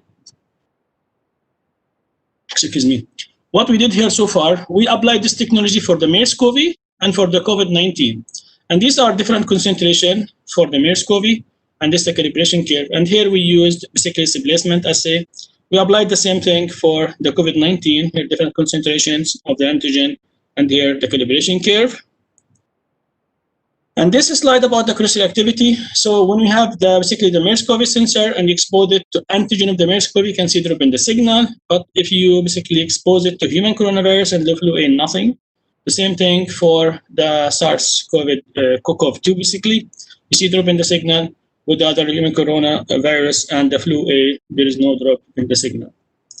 Now we'll talk about the part which is before the last one, which is the threat-based. This is very interesting. We came with this idea is because we don't want to develop any reader. So what we want basically to use commercial available readers. And you can see DC fluorometers are commercially available. You can have a handheld fluorometers, single channel. Just you add a tube here, or a cuvette, and you run the measurement in the field. And these are very cheap and smaller than basically your mobile. Or you can have the same thing, multi-channel fluorometers, so you can run up to 8 samples in the field without any problem. And you can use the microtetraplate reader, which is basically as a high throughput screening. You can run 96 samples, or basically the multiplication of the 96 samples. So what we are targeting here is Al-Khumra virus, Rift Valley virus, and COVID-19 as emerging viruses using this technology. First, since we're targeting the protease, we don't target the virus itself, we target what is the protease, which is basically released during the infection. And instead of targeting one virus, every virus or surrounding environment around it can basically release millions of this. And that's what we expect to get higher sensitivity than even the amplification technique using this technology. And this is only for screening, it's not for confirmation, okay? Quick result, cheap way, and for this. So what we have, peptide library, very short peptide library in this microtetraplate. Normally we do it, and you have fluorescence and the quencher. And then we expose it with a supernatant of Al-Khumra virus, Rift Valley, and COVID-19 separately. And then we run it. If there is a cleavage, you see fluorescence, and you monitor this in real time. So at the end, here, for the Al-Khumra virus, we identified some of these peptide sequence which can be cleaved by the supernatant, by the Al-Khumra virus. And the summary of these, basically, of these peptide sequences here, you can see them here in the right-hand side. And each one of these, they have basically a code for the peptide, but for confidential, because it's confidential information, we still didn't basically publish it. And we think about placing a patent on it, so submitting a patent on it application. So I hide the information. So anyway, so we get the one which has give us high signal, fluorescent signal, and then after that, basically we run serial dilution of the virus from 10 up to 10 to the power 8. You can see this to 10 and 10 to the power 8, and we monitor the fluorescence in real time. What you can see here, as the time is going, what you can see increase in the fluorescence, and the increase the fluorescence dependent on the concentration basically of the virus. What you can see here, after 20 minutes here, what you can see after 20 minutes, we got almost more than 60% of the signal. So actually, we can stop here if we need to. And actually, even from instrumentation point of view, we can stop after 10 minutes and we can extrapolate how basically the slope of the curves. We can get information about the type of the virus and basically the concentration of the virus roughly after 10 minutes. But if you want to confirm, you need 20 minutes, which is very reasonable time actually. And these are basically summary of these data here. The left-hand side, you can see the signal of the fluorescence as a function of the concentration of al-khumra. And what you can see here, interestingly, basically, this is a calibration curve, and look for the detection limit, 15.5 PFU per ml in 20 minutes time, which is really, really amazing and even better even than the amplification techniques, which is very nice. This is just only for screening assays. If you need a confirmation, of course, you have to run basically the amplification technique, either as a thermal or basically the PCR to confirm. But for initial screening, this is very good idea because you can run it in the field, or you can run large number. If it's give you a positive, then you can do amplification because this is a lot cheaper than the amplification technique. We run also the same thing for Rift Valley virus. And oh, by the way, all these experiments, the Al-Khumra virus, Rift Valley virus, and COVID-19 virus, we run them at King Abdulaziz University Class 3 lab by Dr. Hani Al-Hadrami and by Dr. Isam Azari and his team. So what we did, the same thing, we did the screening for the peptide for Rift Valley virus, and we found this peptide sequence, which is basically give us a very good signal, these two, and the rest is very weak. So we took one of these, and then after that, we run with different concentration of the virus, and we can see increase in the concentration from 10 PFU up to 10 to the power 8, which is amazing. And you can translate this to basically this calibration curve data. And the detection limit for this is around 9.1 PFU per ml, which is really good. Then we did the cross-reactivity for the Rift Valley with other virus, but we have to add more of these. And now we're working with KAU, basically looking for cross-reactivity, more viruses to conduct more cross-reactivity. We did the same thing with the COVID-19. Here, we did initial screening to identify a peptide sequence for the COVID-19. Then we run basically different concentration of the COVID-19, and there's a calibration for it. And you can see, give us a very, very good detection limit. And then we did the cross-reactivity as well for the COVID-19. You can see the signal of the COVID-19 is very, very strong and give us a not significant signal with the MERS-CoV and other viruses. Then after that, at KU, they run 8 blind samples, and these basically, it's positive. 3 of them basically in the PCR give high signal and medium, and then the last 2 is they give them basically weak signal around the cutoff. And these are the data from a FRET, and they are really highly comparable. But what we are looking for the next few months to run a really large number of these patient sample on this technology. Now, what the advantage of this technology? All you need just collect a sample with a cotton swab, put it in the dilution buffer, then take some of the dilution buffer and basically export it with a specific peptide sequence for the specific virus you are interested in. And basically you run the assay. That's it, either with the handheld fluorometer or with the mercator plate reader. As you saw from the detection limit, it gives really high sensitivity, very, very simple assay. All you need a peptide sequence, very robust. You don't need any sample processing, extraction whatsoever, like what you do with the amplification technique. And the cost, it's very important, is almost less than 10% of the cost of the amplification assay, which is very interesting. And also you can run it in the field using basically the handheld fluorometer, or you can run large number in lab setting environment to run large number of these. And we can do multiplex. It has the ability for multiplexing capability. So after you identify different peptide sequences for different respiratory viruses, we can have different pair of FRET, where they can emit a different wavelength, and we can run this in one tube basically, which is really interesting, and that's what we have to do as well. So it has huge advantages over the current, and that's just have to be sure this is only for screening purposes, just to reduce the cost than going for PCR, everybody going for the PCR.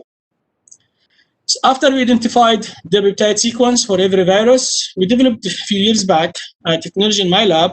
Basically, we are using a paper-based here.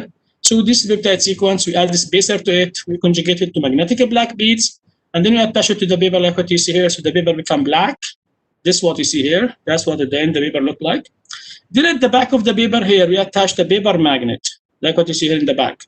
The moment this got cleaved by the protease, what will happen? These beads will be collected here on top of the magnet paper. Okay, so you can see rapid change in less than 1 minute actually, from black to yellow. And there's also accumulation of the magnetic black beads from here to here. That's what you see here. It was before black. Then after that, you can see it became yellow. And then there's accumulation of these magnetic beads. So this gives you indication it's a positive. And if it's negative, it will remain black. A few years back, when I took Sahar as a PhD student, we started to cut these sensors manually as a single sensor. And also we did also multiplexing, 3 sensors in each one paper. And now we have automated machine in the lab, which is basically we developed with a third party. We can do 50,000 sensors per day, which is very nice. And this technology is very well developed in my lab. You can see we published many papers for different bacteria before, and we have a couple of patents on it already approved. So the idea is here, basically, the sensor looks black. The moment you add the sample, you can see there is yellow color appearing, and also there's accumulation of magnetic nanobeads. And the response for this sensor, you can get the result in less than 1 minute. So that's what we are planning to do after we identify the peptide sequence as well. So you can have the FRIT, or we can have also the paper-based sensor. And this can be used easily by non-skilled personnel, like nurses, even in the field. Then at the end, this is the last part of my slide. We started this COVID-19. The problem is, as you saw the nice presentation from Dr. Jackie, she screened many antibodies. And she's lucky she got a few basically working with her. Particularly, there is large number of the antibodies which is available. They are basically, they are documenting it's targeting COVID-19, but they are not really specific. So there is a problem of lack of good antibodies. So we took another approach, which basically we can develop in our lab in vitro, and instead of developing antibodies, which we develop selects. We develop aptamers for these COVID-19. So we targeted E, and we targeted nucleoprotein N. And we did the selects, basically, aptamer selects. You basically immobilize your protein on top of the solid beads, then incubate with the random library of the aptamer. Some of these sequences will bind, most of them will not bind. You are interested about these ones because these are looks basically seems to be specific or semi-specific to your analyte. Then you do elution, then we amplify them, and we repeat this a dozen of times to every time so we can enrich the specific sequences. Then at the end, we do cloning characterization. We determine the KD for these basically these aptamers, and then we basically integrate them with different electrochemical sensors. We have one of them here, and we can get the measurement as you saw here on your mobile. In the progress, basically here, what we want to do, we want to develop different aptamers for different respiratory viruses. So you can do multiplexing. We have this very small electrode, array of electrode, which is 8 electrode. You can just basically have different aptamers for different viruses, and you add the sample, and you can identify which virus basically exists there and what concentration. Now, this is very boring step, the selects, but we are lucky we have a grad students here at Al Faisal who can run this, because they have a lot of energy, not like old guys like us, basically can't work 16 hours in the lab. But now what we're doing at Al Faisal, we are basically trying to automate this. You have to use a robot for automation. So instead of waiting 6 weeks to 2 months to get basically sequences which is specific for any basically emerging virus or other analytes. So we have the automation, and we're planning to have any recognition receptor for any analyte within a couple of days, finishing this selects, and that's what we are building. So hopefully by the next conference, we'll be able to present some data about this as well. So at the end, I'd like to acknowledge my people who did all the work in the lab, the researchers, the PhD students, master students, undergrad, many students are involved in this. And most importantly, my collaborator, Dr. Han Hadrami, Dr. Isam Azari, and BSL3 team at KU who run all basically the Rift Valley COVID-19 and Khumra virus samples and test there. also Dr. Malman Zaini Fatma Hamlan and Dr. Khalid Abu Salah, and also for the people who give us the money, Ministry of Education, special thanks for them. And we have all these collaborators for this project. And at the end, I would like to thank you for listening, and I'll be happy to take any question. Thank you. Thank you very much, Dr. Mohammed. Extremely helpful and exciting on the use of nanotechnology and nanosensors in the screening for outbreak-prone pathogen. This will be highly valuable in gearing our response to the infectious disease threats. So this was our last presentation for today, and we have, if you allow me, a few questions that were sent to us before the meeting. So I will just start by directing a question to Professor Yang, if she is still with us.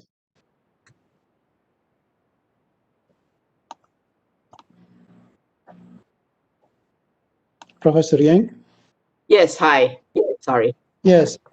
Yeah. Sorry to keep you that long. We just had a question in the, you rightly presented that the current diagnostics and screening tests for infectious disease, especially COVID, are rapidly evolving. How do you see the interactions or the collaboration with the private sector in the research and development of new tests and diagnostics for infectious diseases? Yes. So we have been looking at the RT-PCR assays, and the singleplex definitely is ready to go through. We hope that we can work with the Saudi CDC so that we can have this approval process for these assays, and so that they can be used in the KSA. We are separately also going through the Singapore Health Sciences Authority so that it can be approved, and so that we can sell these kits. And I think the RT-PCR assays, the advantage is that it is very accurate. And we are also looking at multiplexing these assays. And we very much hope that through the collaboration with Saudi University, we can basically commercialize it, and so that it will benefit people in the kingdom. Thank you very much. And do you see that there is an incentive for the private investors to go into this field? Yes, I think what is needed is you need to basically have a system that can encourage the professors and the researchers to spin off companies. If you can do that, then I think a lot of the technologies that is developed in academia can actually lead to commercial products that will really be translated and benefit the population. Thank you very much, Professor. I will direct the next question to Professor Gosun. You have spoken to us about the interaction between the current COVID pandemic and the environment, and the fact that the effect has been mixed. We saw some benefits, but we also saw some harmful effect on the environment. How can you, advice on how to maintain the beneficial effect? I think one of the important lessons we learned that there are things that we can do. We were forced to do them during the pandemic, and they had a good effect on the environment. So how can we learn from this and keep sustaining the beneficial effect that we had from COVID? Okay, now are you asking about how we keep the environment clean, or are you talking about commercialization of the COVID-19 vaccines?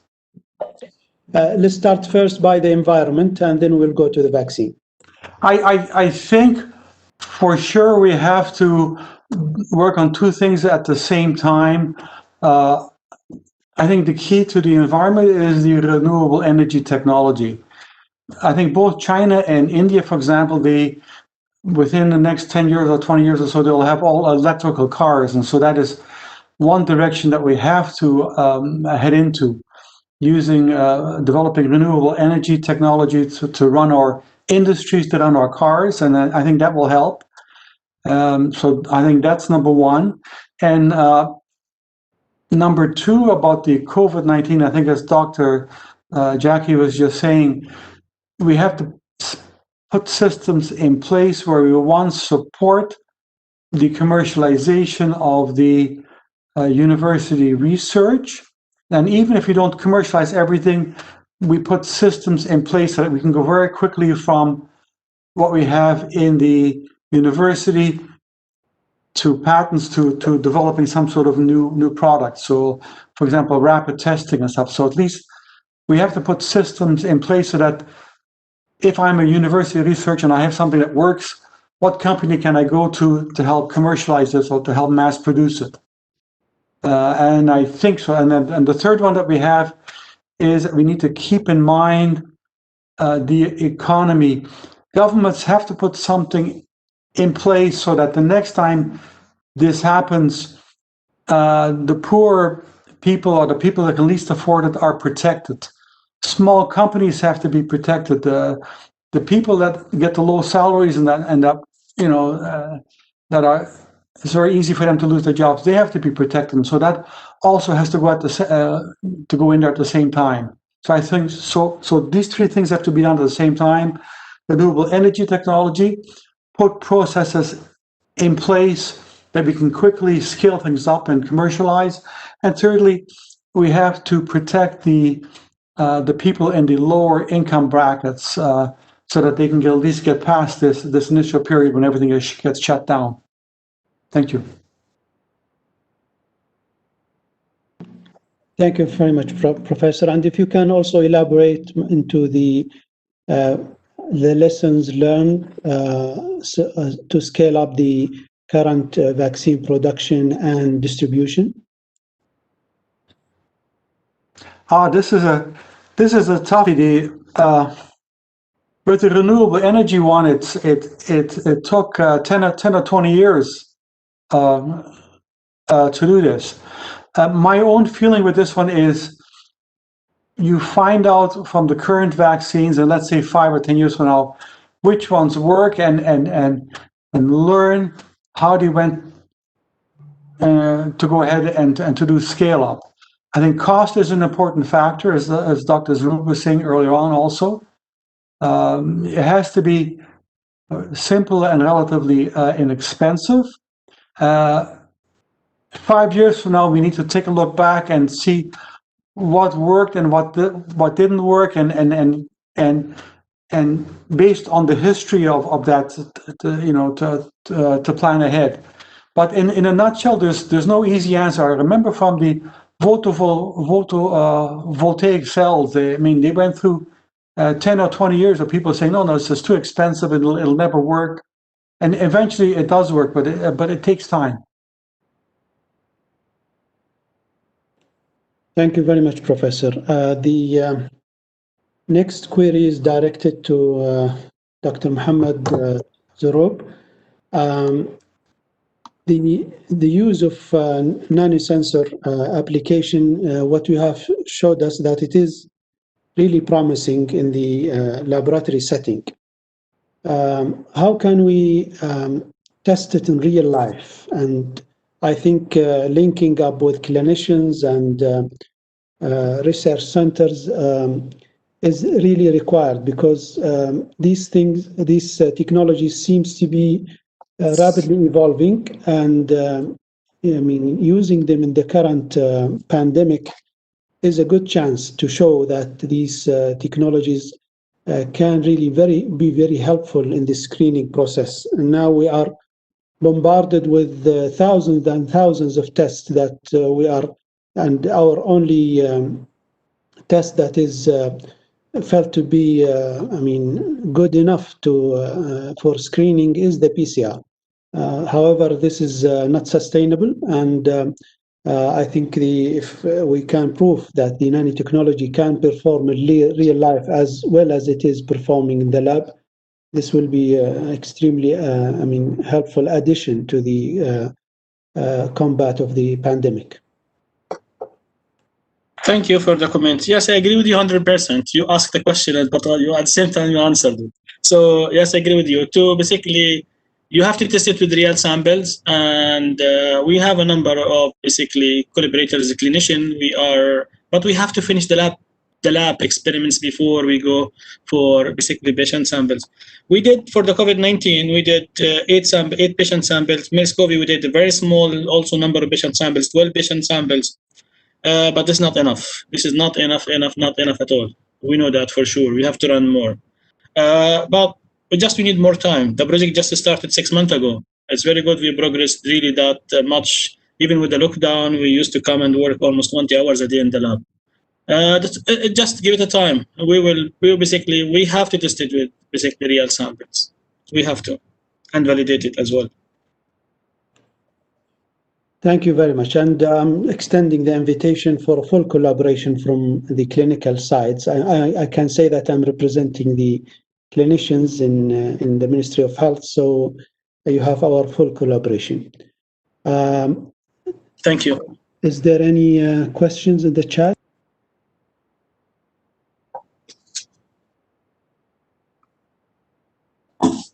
Okay, I don't see any.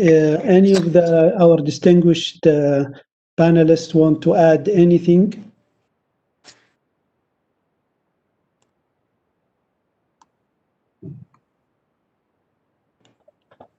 Well, it seems that we are ahead of time, so thank you very much.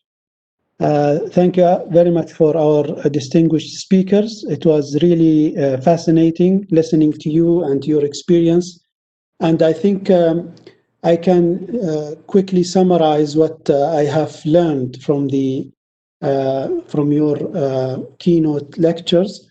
The first one is that the role of rapid diagnostic tests in outbreak management is paramount, and partnership with private sectors in diagnostics, research and development for future pandemic and outbreak is really important. And as Professor Yang said, that we have to improve the infrastructure for commercialization of the test and collaboration with private sectors, and making this process more appealing and incentivizing for the private sector to be involved. The next is that the current diagnostics and screening tools for COVID are rapidly evolving. And there is, a real need for a continuous assessment and evaluation of their role in the surveillance, screening, and diagnostics of COVID. Third is that lessons learned from renewable energy journey may help in the COVID vaccine journey. And Professor Ghosn stated that nicely. The fourth is that we need to integrate human and environmental interface protection in early education of our young generation, keeping in mind that almost all public health hazards currently and in the future will be coming out from this interface, the human-animal environment interface. Fifth is that the governance of public health with infectious disease at the forefront is necessary.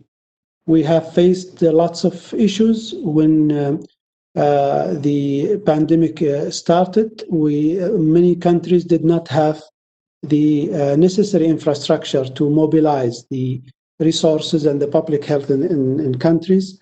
And that is a lesson learned from this pandemic, and we hope that this can help all of us to establish a strong public health systems and governance. The last but not the least is that the low-cost, affordable, and equitable diagnostic tests are essential for effective and swift response to outbreaks. And one beautiful example is the role of nanotechnology and nanosensors application in the outbreak management. So, any additions that our distinguished panelists want to add? Thank you for a very nice summary. It's a pleasure to meet all of you virtually. It was our pleasure, Prof. Yang and Prof. Ghosn and Dr. Muhammad and Dr. Abdullah Al-Gwaizani. and also Professor Saber. It was really nice to meet you all today and listen to your wisdom, and we thank you very much. And with this, Okay, thank you. This session, and we give the floor back to Dr. May for the next session. Thank you very much, all. Thank you. Bye-bye. Thank you very much.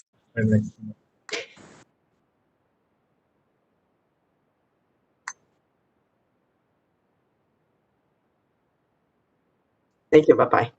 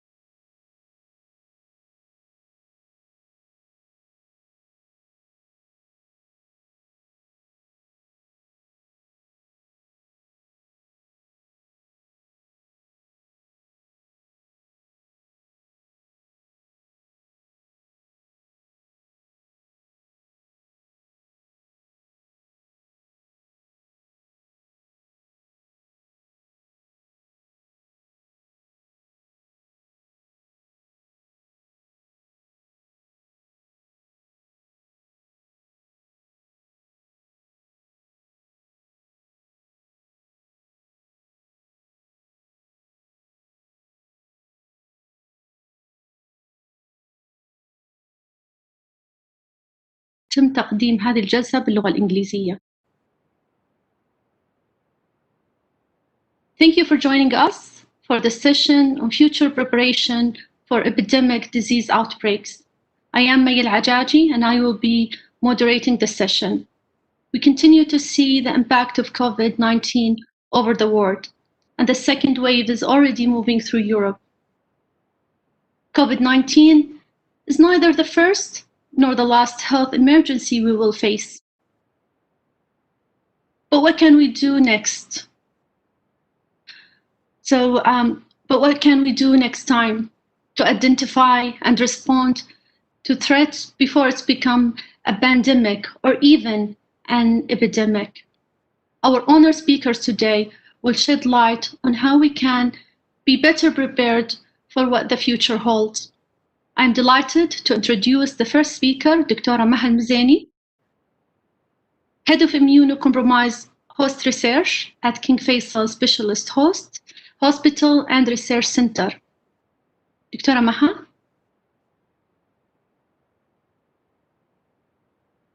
Yes, okay, great. Okay, so, yes, let me check. Okay, Bismillah ar-Rahman ar-Rahim. Assalamu alaikum wa rahmatullahi wa barakatuh. I would like to first thank the organizing and the scientific committee and for the invitation. It's a great effort, and we are all here to work together and unite to combat COVID, inshallah. So today I will present one of the ongoing studies, which is the quantitative peripheral blood protein biomarkers discoveries among different categories of COVID-19 patients. So the highlights of the lecture would be a brief background, the objective and the aim of the study, the method that was utilized, and then we'll briefly describe some of the preliminary results that we've got, the significance and recommendations. A brief background, with the past 2 decades, there have been 2 major coronavirus outbreaks, as we all know, in 2002 with SARS-CoV-1 and back in 2012, the MERS epidemic in the Arabian Peninsula. Now, the more recent outbreak, which is the COVID-19, known as SARS-CoV-2, was started in December 2019 and has spreadly around the globe. As of today, this newly emerged virus has spread to almost 265 countries, with more than 53 million confirmed cases and more than 1 million deaths. And these numbers are alarmingly being increased. As you are all aware, research on COVID-19 faces many challenges, especially in identifying the best monitoring and detection system for the virus, disease progression, response to treatment, and even to find a cure. So what we're hoping today is to share our hypothesis, that is that proteomic analysis could be a potential way and to identify proteins or their protein interactions in different pathways in any specific disease. And from that, we can identify biomarkers that can be utilized as prognostic or even develop it into a new therapeutic targets. As the first panel that we have seen today earlier in the afternoon, they were discussing about the fast and rapid low-cost detection systems. What we're proposing here is a way up to better monitoring and finding the best treatment plan, hopefully. So, and accordingly, from that, our objectives was to use a quantitative proteomic analysis to characterize the protein and protein interaction among different COVID-19 infected populations. And so the study population covers from asymptomatic to actively and severely ill infected patients. Now, of particular interest and I know that physicians this aspect is important to them, and this is also the importance of the study, is to identify predictive markers to COVID-19 patient outcome. So also we wanted to identify markers that can distinguish asymptomatic patient versus, let me see, the cameras here, asymptomatic patient versus the severely ill, or who will develop moderate, mild to severely ill symptoms.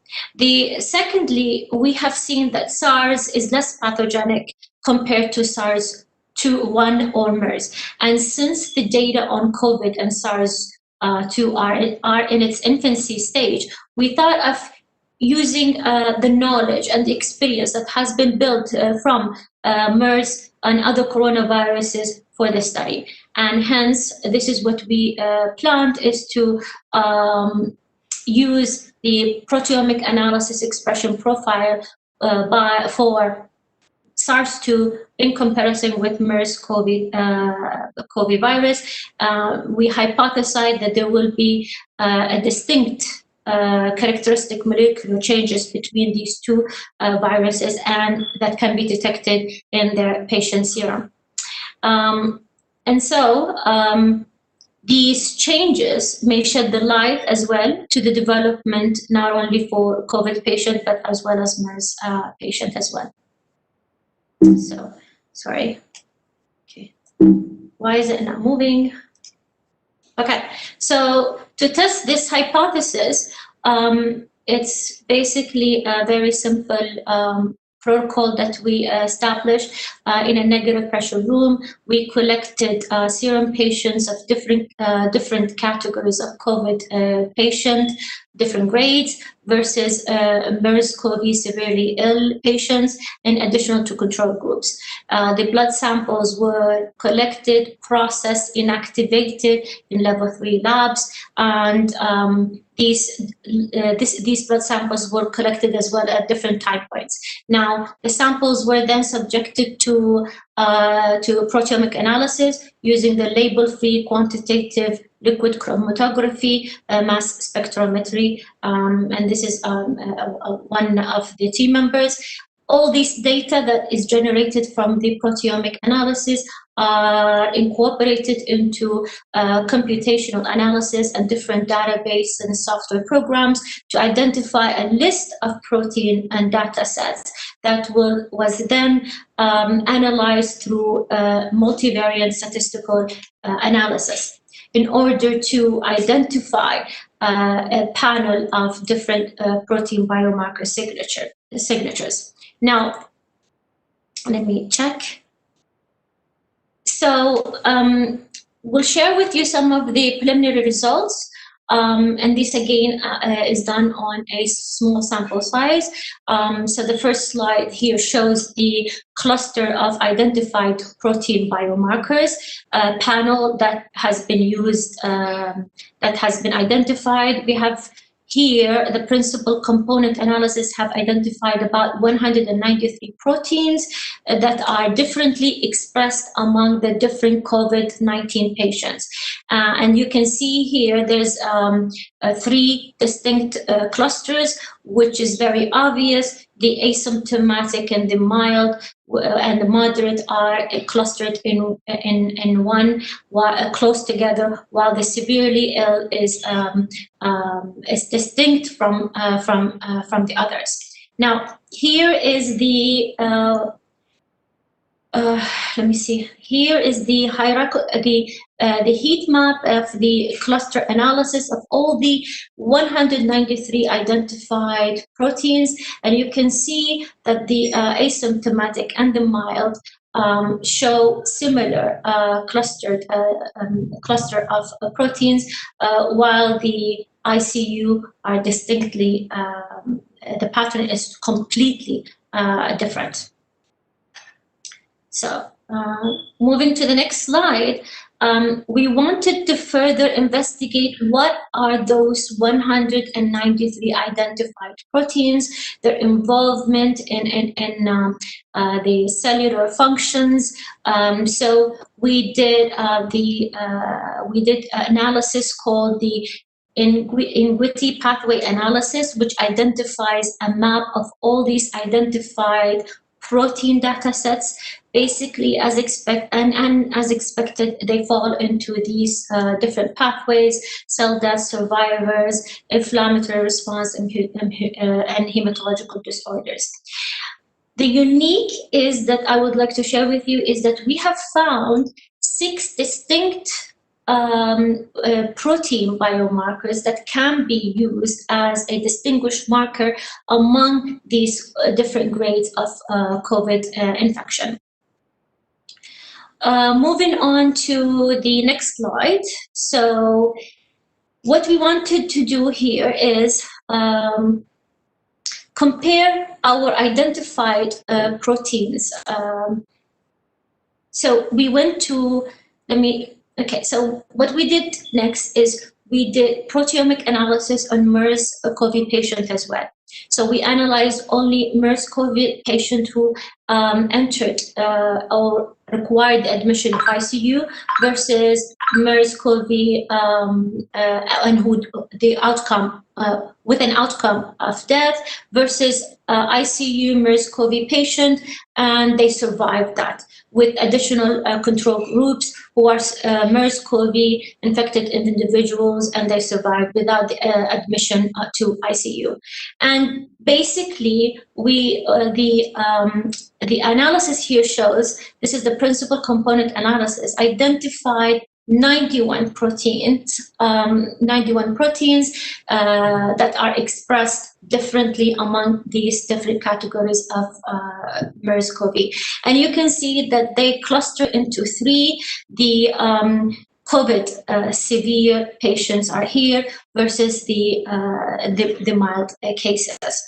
Now, when we further wanted to correlate the identified sets of COVID-19 proteins, which is about 193 versus 91 MERS identified proteins, we found that there is an overlap of 49 protein data sets. And when we looked at the hierarchical pathway in depth, we found that there is a significant expression between different grades of COVID infection versus MERS-CoV. And especially a COVID patient affects the liver, the kidney, but less or absent in MERS. Now, so what is the significance of the study?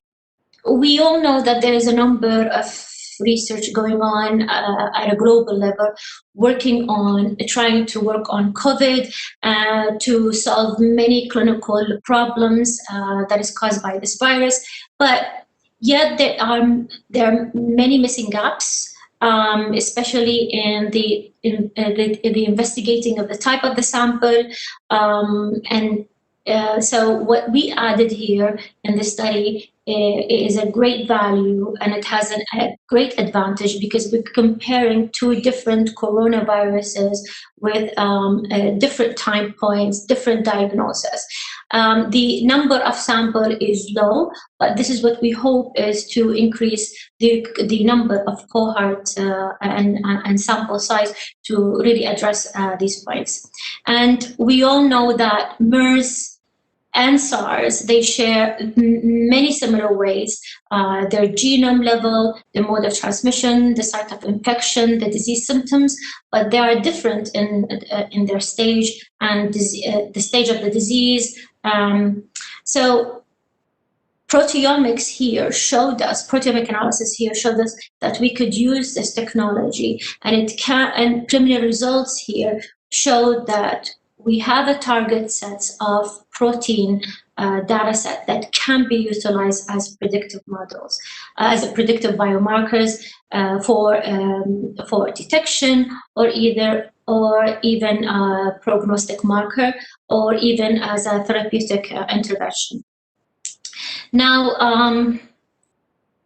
finally, what we hope is that we can establish a multidisciplinary approach, involve many hospitals, many research centers, so they can increase the number and of sample size, so we can validate this preliminary observation, and then we can develop these protein biomarker panels that can be used and to be validated. We also hope that we could use the same approach into specific population of COVID, with those patients who have comorbidities such as diabetic or cardio problems, because they would have different protein signatures than compared to the normal population. And then once this is validated, this can be used easily at a clinical setting, just a blood test away, and you would know the disease status of your patient. Finally, I would like to thank everyone who participated in this project. It's a team effort, and I would like to thank our Institute King Faisal for supporting us. Thank you. شكرا دكتورة. Thank you, Dr. Maha, for this insightful presentation. Next, we have Dr. Lamia Amir, Artificial Intelligence, Big Data, and Bioinformatics at King Abdullah International Medical Research Center. Dr. Lamia? Assalamu alaikum. Wa alaikum assalam. Dr. Lamia, can you share? Yes, I'm trying.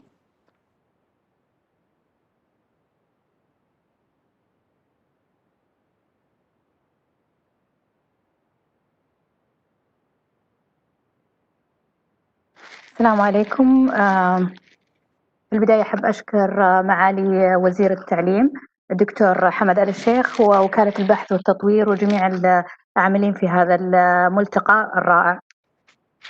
So we'll talk today about our approach, which is computational biology approach for screening the possible treatment for COVID-19.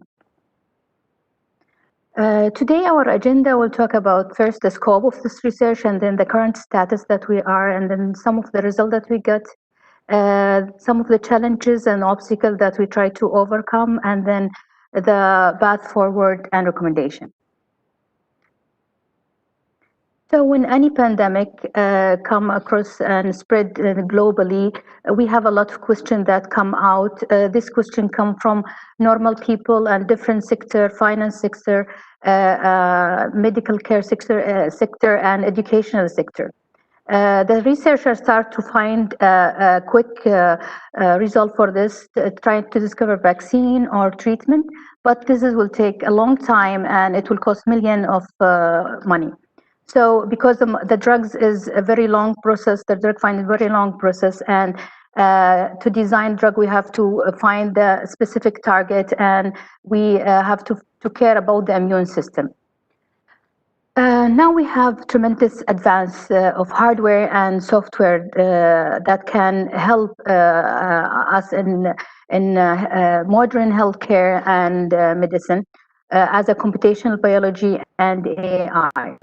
So here we employ computation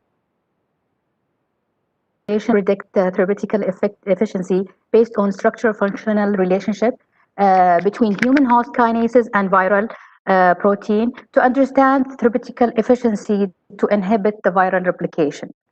This computational approach will use to identify specific target, that phosphorylated target in the viral protein, so we can at least understand how the virus might utilize the mechanism of the mechanism of the cell and utilize it to replicate themselves. The scope of the research was that RNA, the RNA genome of COVID-19 had a numerous number of proteins. So to better understand all the aspects that related to COVID-19 replication and the mechanism that this virus tried to evade the immune system in the molecular level.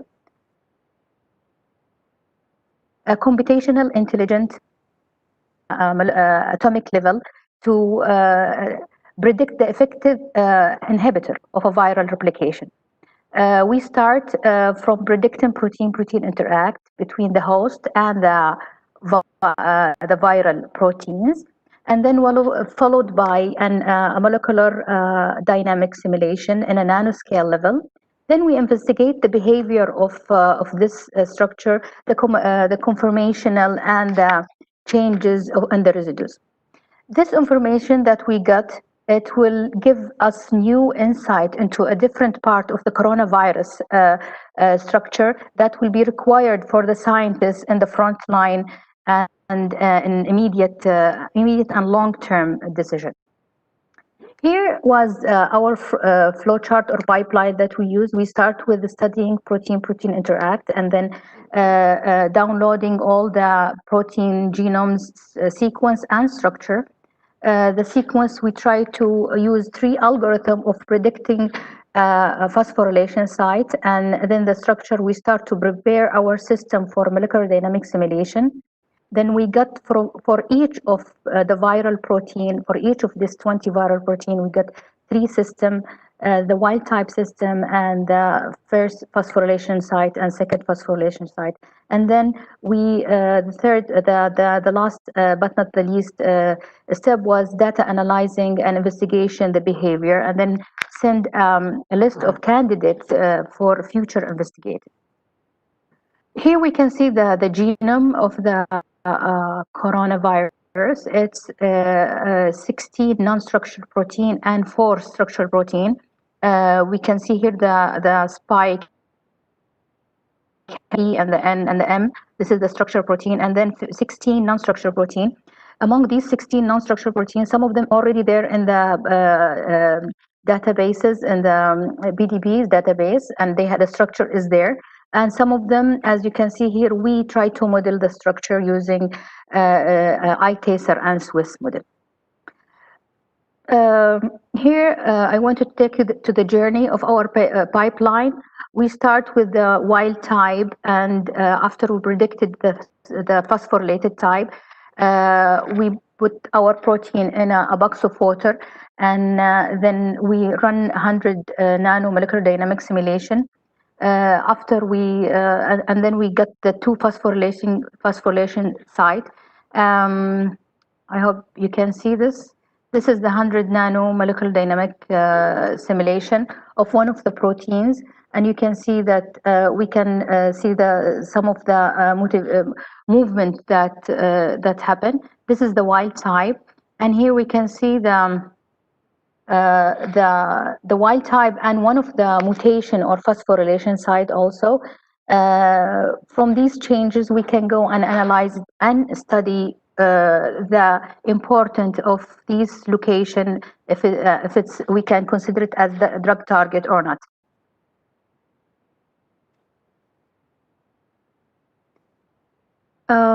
The current status, as you can see, the whole genome, we run 35 molecular dynamic simulation utilizing supercomputer and cloud GPU. Some of these, like the Spike, which is a very huge system, it took from us for each system running around 7 days. With the technology supercomputer, we're trying to finish it quickly. Here, all of these systems, that is the wild type, is there in our repository. We can use it, any scientist can use it to further analyze any behavior changes or any analyzing data in a molecular level. Then we get to the, after we get all of this information, I'll just give you, because we have short time, I will try to give you some example of what I mean. If the changes. So here for the M protein, which is very important protein for the replication, we start with the 100 nano simulation with the wild type, and then after we predict some of the phosphorylation sites, we also take this system and try to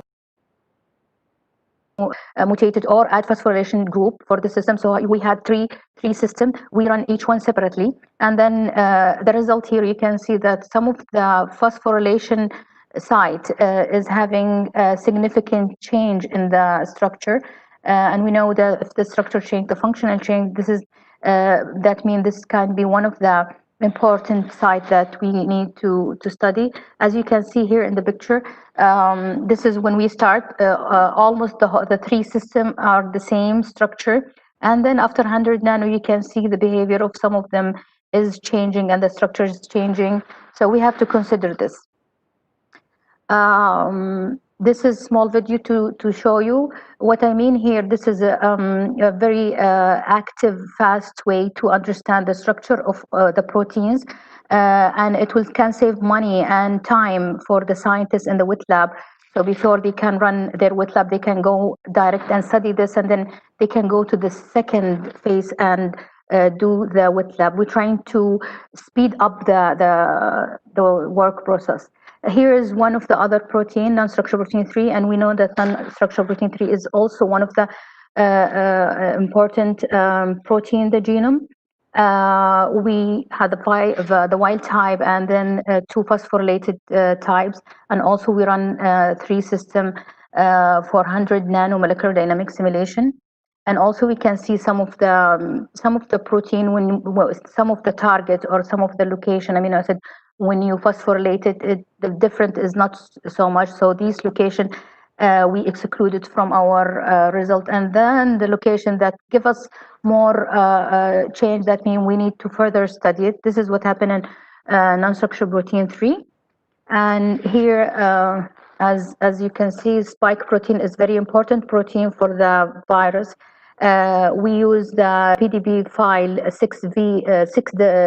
6YVP protein, and also we try to run 3 system. We get a very huge treasury, around 200 gigabyte of frames. When we run the RMSD, we can see that some of the location that we choose is giving us different RMSD. That means this location, we should look at it in the further analysis. I'm talking about the challenging obstacle that we're facing. It's a minimal, but we're trying to look to our code and rewrite it to have the more better performance, because we can understand all of them is ultra huge system that need to be optimized. As we mentioned in the beginning, to overcome all this challenging, bioinformatics and AI approaches try to facilitate in early stage all the scientists to help. Molecular dynamic for example, simulation has been widely used. So technology here can be helping in this pandemic and in future pandemic. Here we have some recommendation after we face this pandemic, to establish a development computational and AI pipeline to predict a drug target. This can be done by building a team of experts in coding and computational biology and AR for the best use of the big data in healthcare. And we can see that this is the first step of building a roadmap. أقدر أقولها بالعربية، تعتبر هذه إنشاء الخطوة الأولى لخارطة طريق تكون رائدة جاهزة للاستخدام في أي جائحة قادمة. وهذه النوعية تعد من الأبحاث فريدة من نوعها، لأن تستخدم التكنولوجيا المتطورة والذكاء الصناعي والبيانات الضخمة. هذه حتكون مفيدة لاختصار الوقت والجهد في عملية البحث عن علاجات ولقاحات محتملة، لبناء وتسريع الخطوة الأولى من خطوات خارطة الطريق. يتم بعد ذلك صقل هذه الأبحاث بالتعاون مع الباحثين وإجراء تجارب في المختبرات.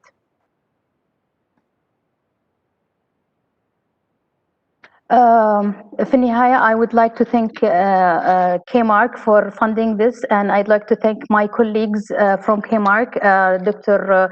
العواد الجوعي Bukhari and Sabina and Warda, and our collaboration from USA, from George Mason University, Professor Salsalit, and Georgetown, and Fahad al-Masad from NIH. Thank you very much. Thank you, Dr. Lamia, for this different perspective presentation. Very interesting talk. Our next speaker is Dr. Hassan Tarabulsi, Assistant Professor of Chemistry from King Faisal University. Dr. Hassan? أيوة السلام عليكم. عليكم السلام. And I'll share the presentation.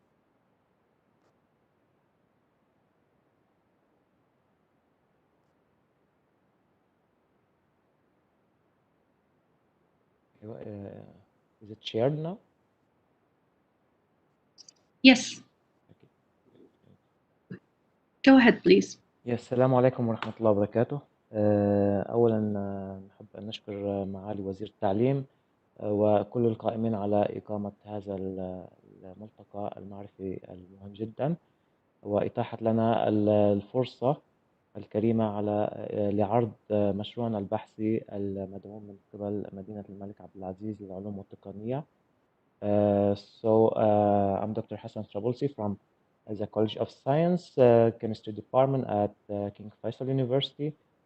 Today I will be talking about our research project, which concerns the design and synthesis of linear and macrocyclic peptides to develop antibodies to be used at neutralization of COVID-19. So this is the outline of my talk. First of all, I will give a general briefing about antibodies, the basic one, just to spread the knowledge among all the audience. And then I will be talking about epitopes. So how do we use epitopes to produce antibodies, and what are the different types of epitopes? And I will be focusing on conformational macrocyclic peptides as epitopes to produce antibodies. And I will show a successful example of using macrocyclic peptides to develop antibodies against neurotensin receptor type 1. And then on, we will ask the question, can we apply this approach against coronaviruses? And to respond to this question, we have to see the overall topology of COVID-19 S protein.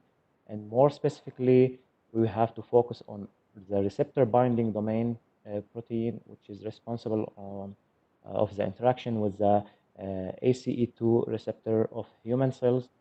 And we will get benefit also from the reported crystal structure of COVID-19 S protein RBD, which is in complex with ACE2 receptor.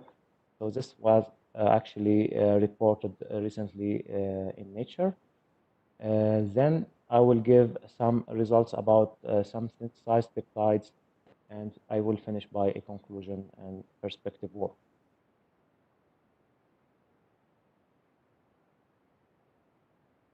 So first of all, as I said, I will give a briefing about antibodies.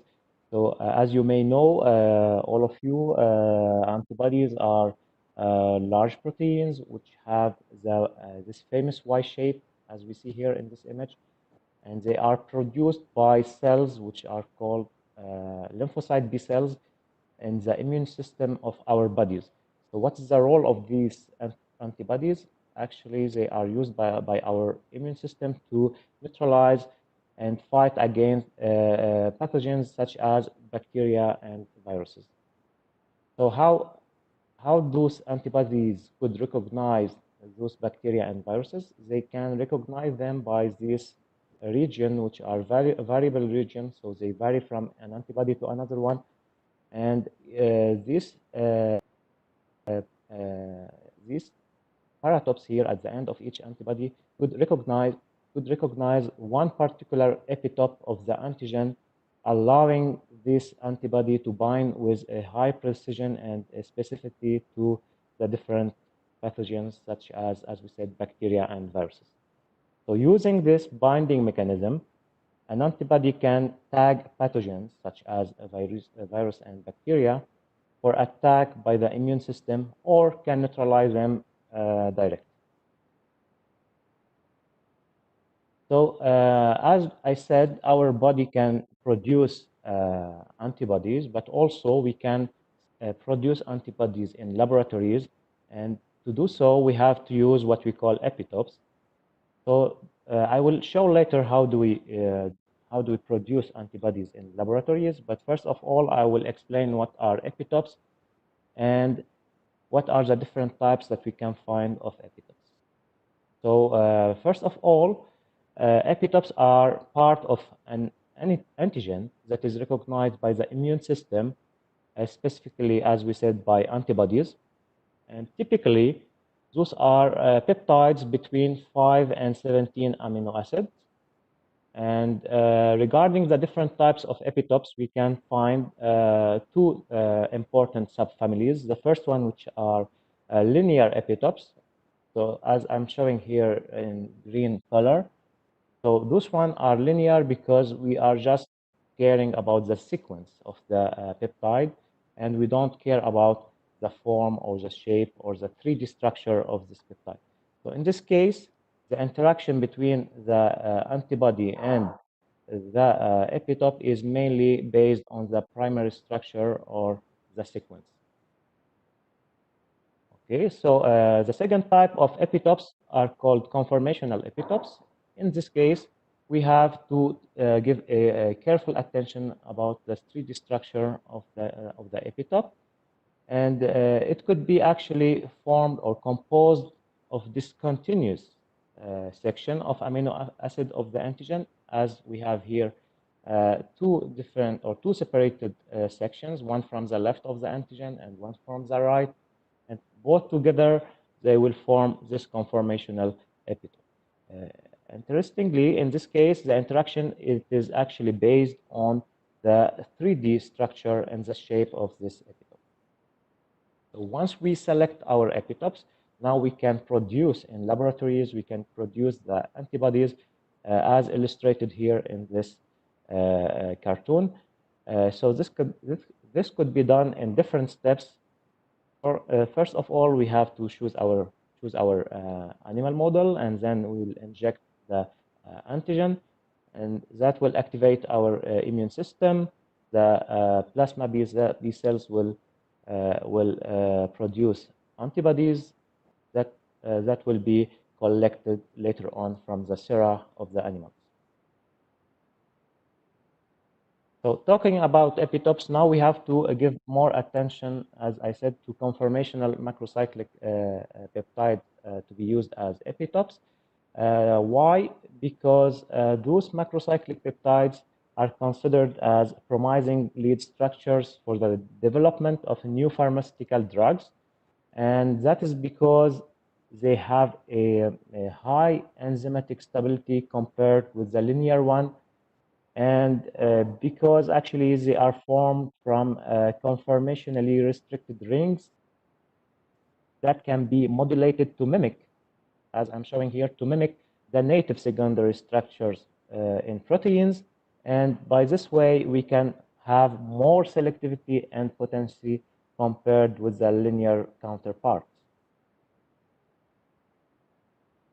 As an example, I will show you here a successful work about designing and synthesizing macrocyclic peptides for the generation of superior antibody against the receptor of neurotensin.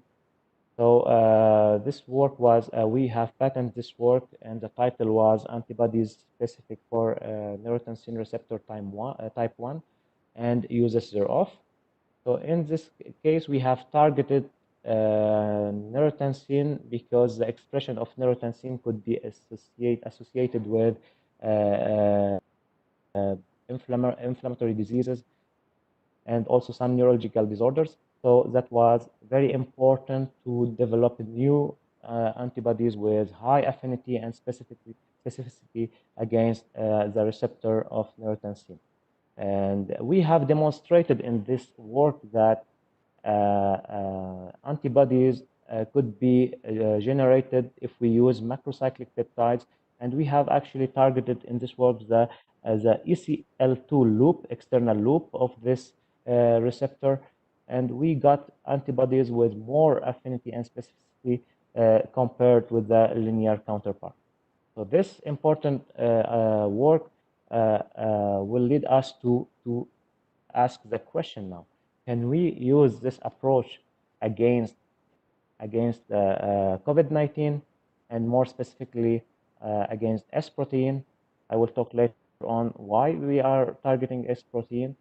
So first of all, I will show here the aim of our work, which will be done in 4 steps. So the first one, it is the design of linear and macrocyclic peptides. Then we are going to synthesize the peptides, and we will use them to produce antibodies. And finally, we are going to use different biological methods to study the biological properties like affinity and specificity of these antibodies. So to answer to our question, can we use this approach against coronaviruses? We are going to have a general structure of coronaviruses. As we have seen many of the talks today, we have seen this famous structure of coronavirus. We know that we have many proteins encoding these viruses, such as spike, envelope, membrane, and nucleocapsid proteins. And we are going to give more attention on S protein, as it plays the most important roles in viral attachment and fusion entry. And this is through the interaction with the ACE2 receptor, angiotensin converting enzyme 2 receptor, which could be found on the human cells. So the idea is to break the interaction between the S protein and the ACE2 receptor by using this neutralizing antibody. So for that, S protein, it will serve as a target for development of antibodies, entry inhibitory, and vaccines.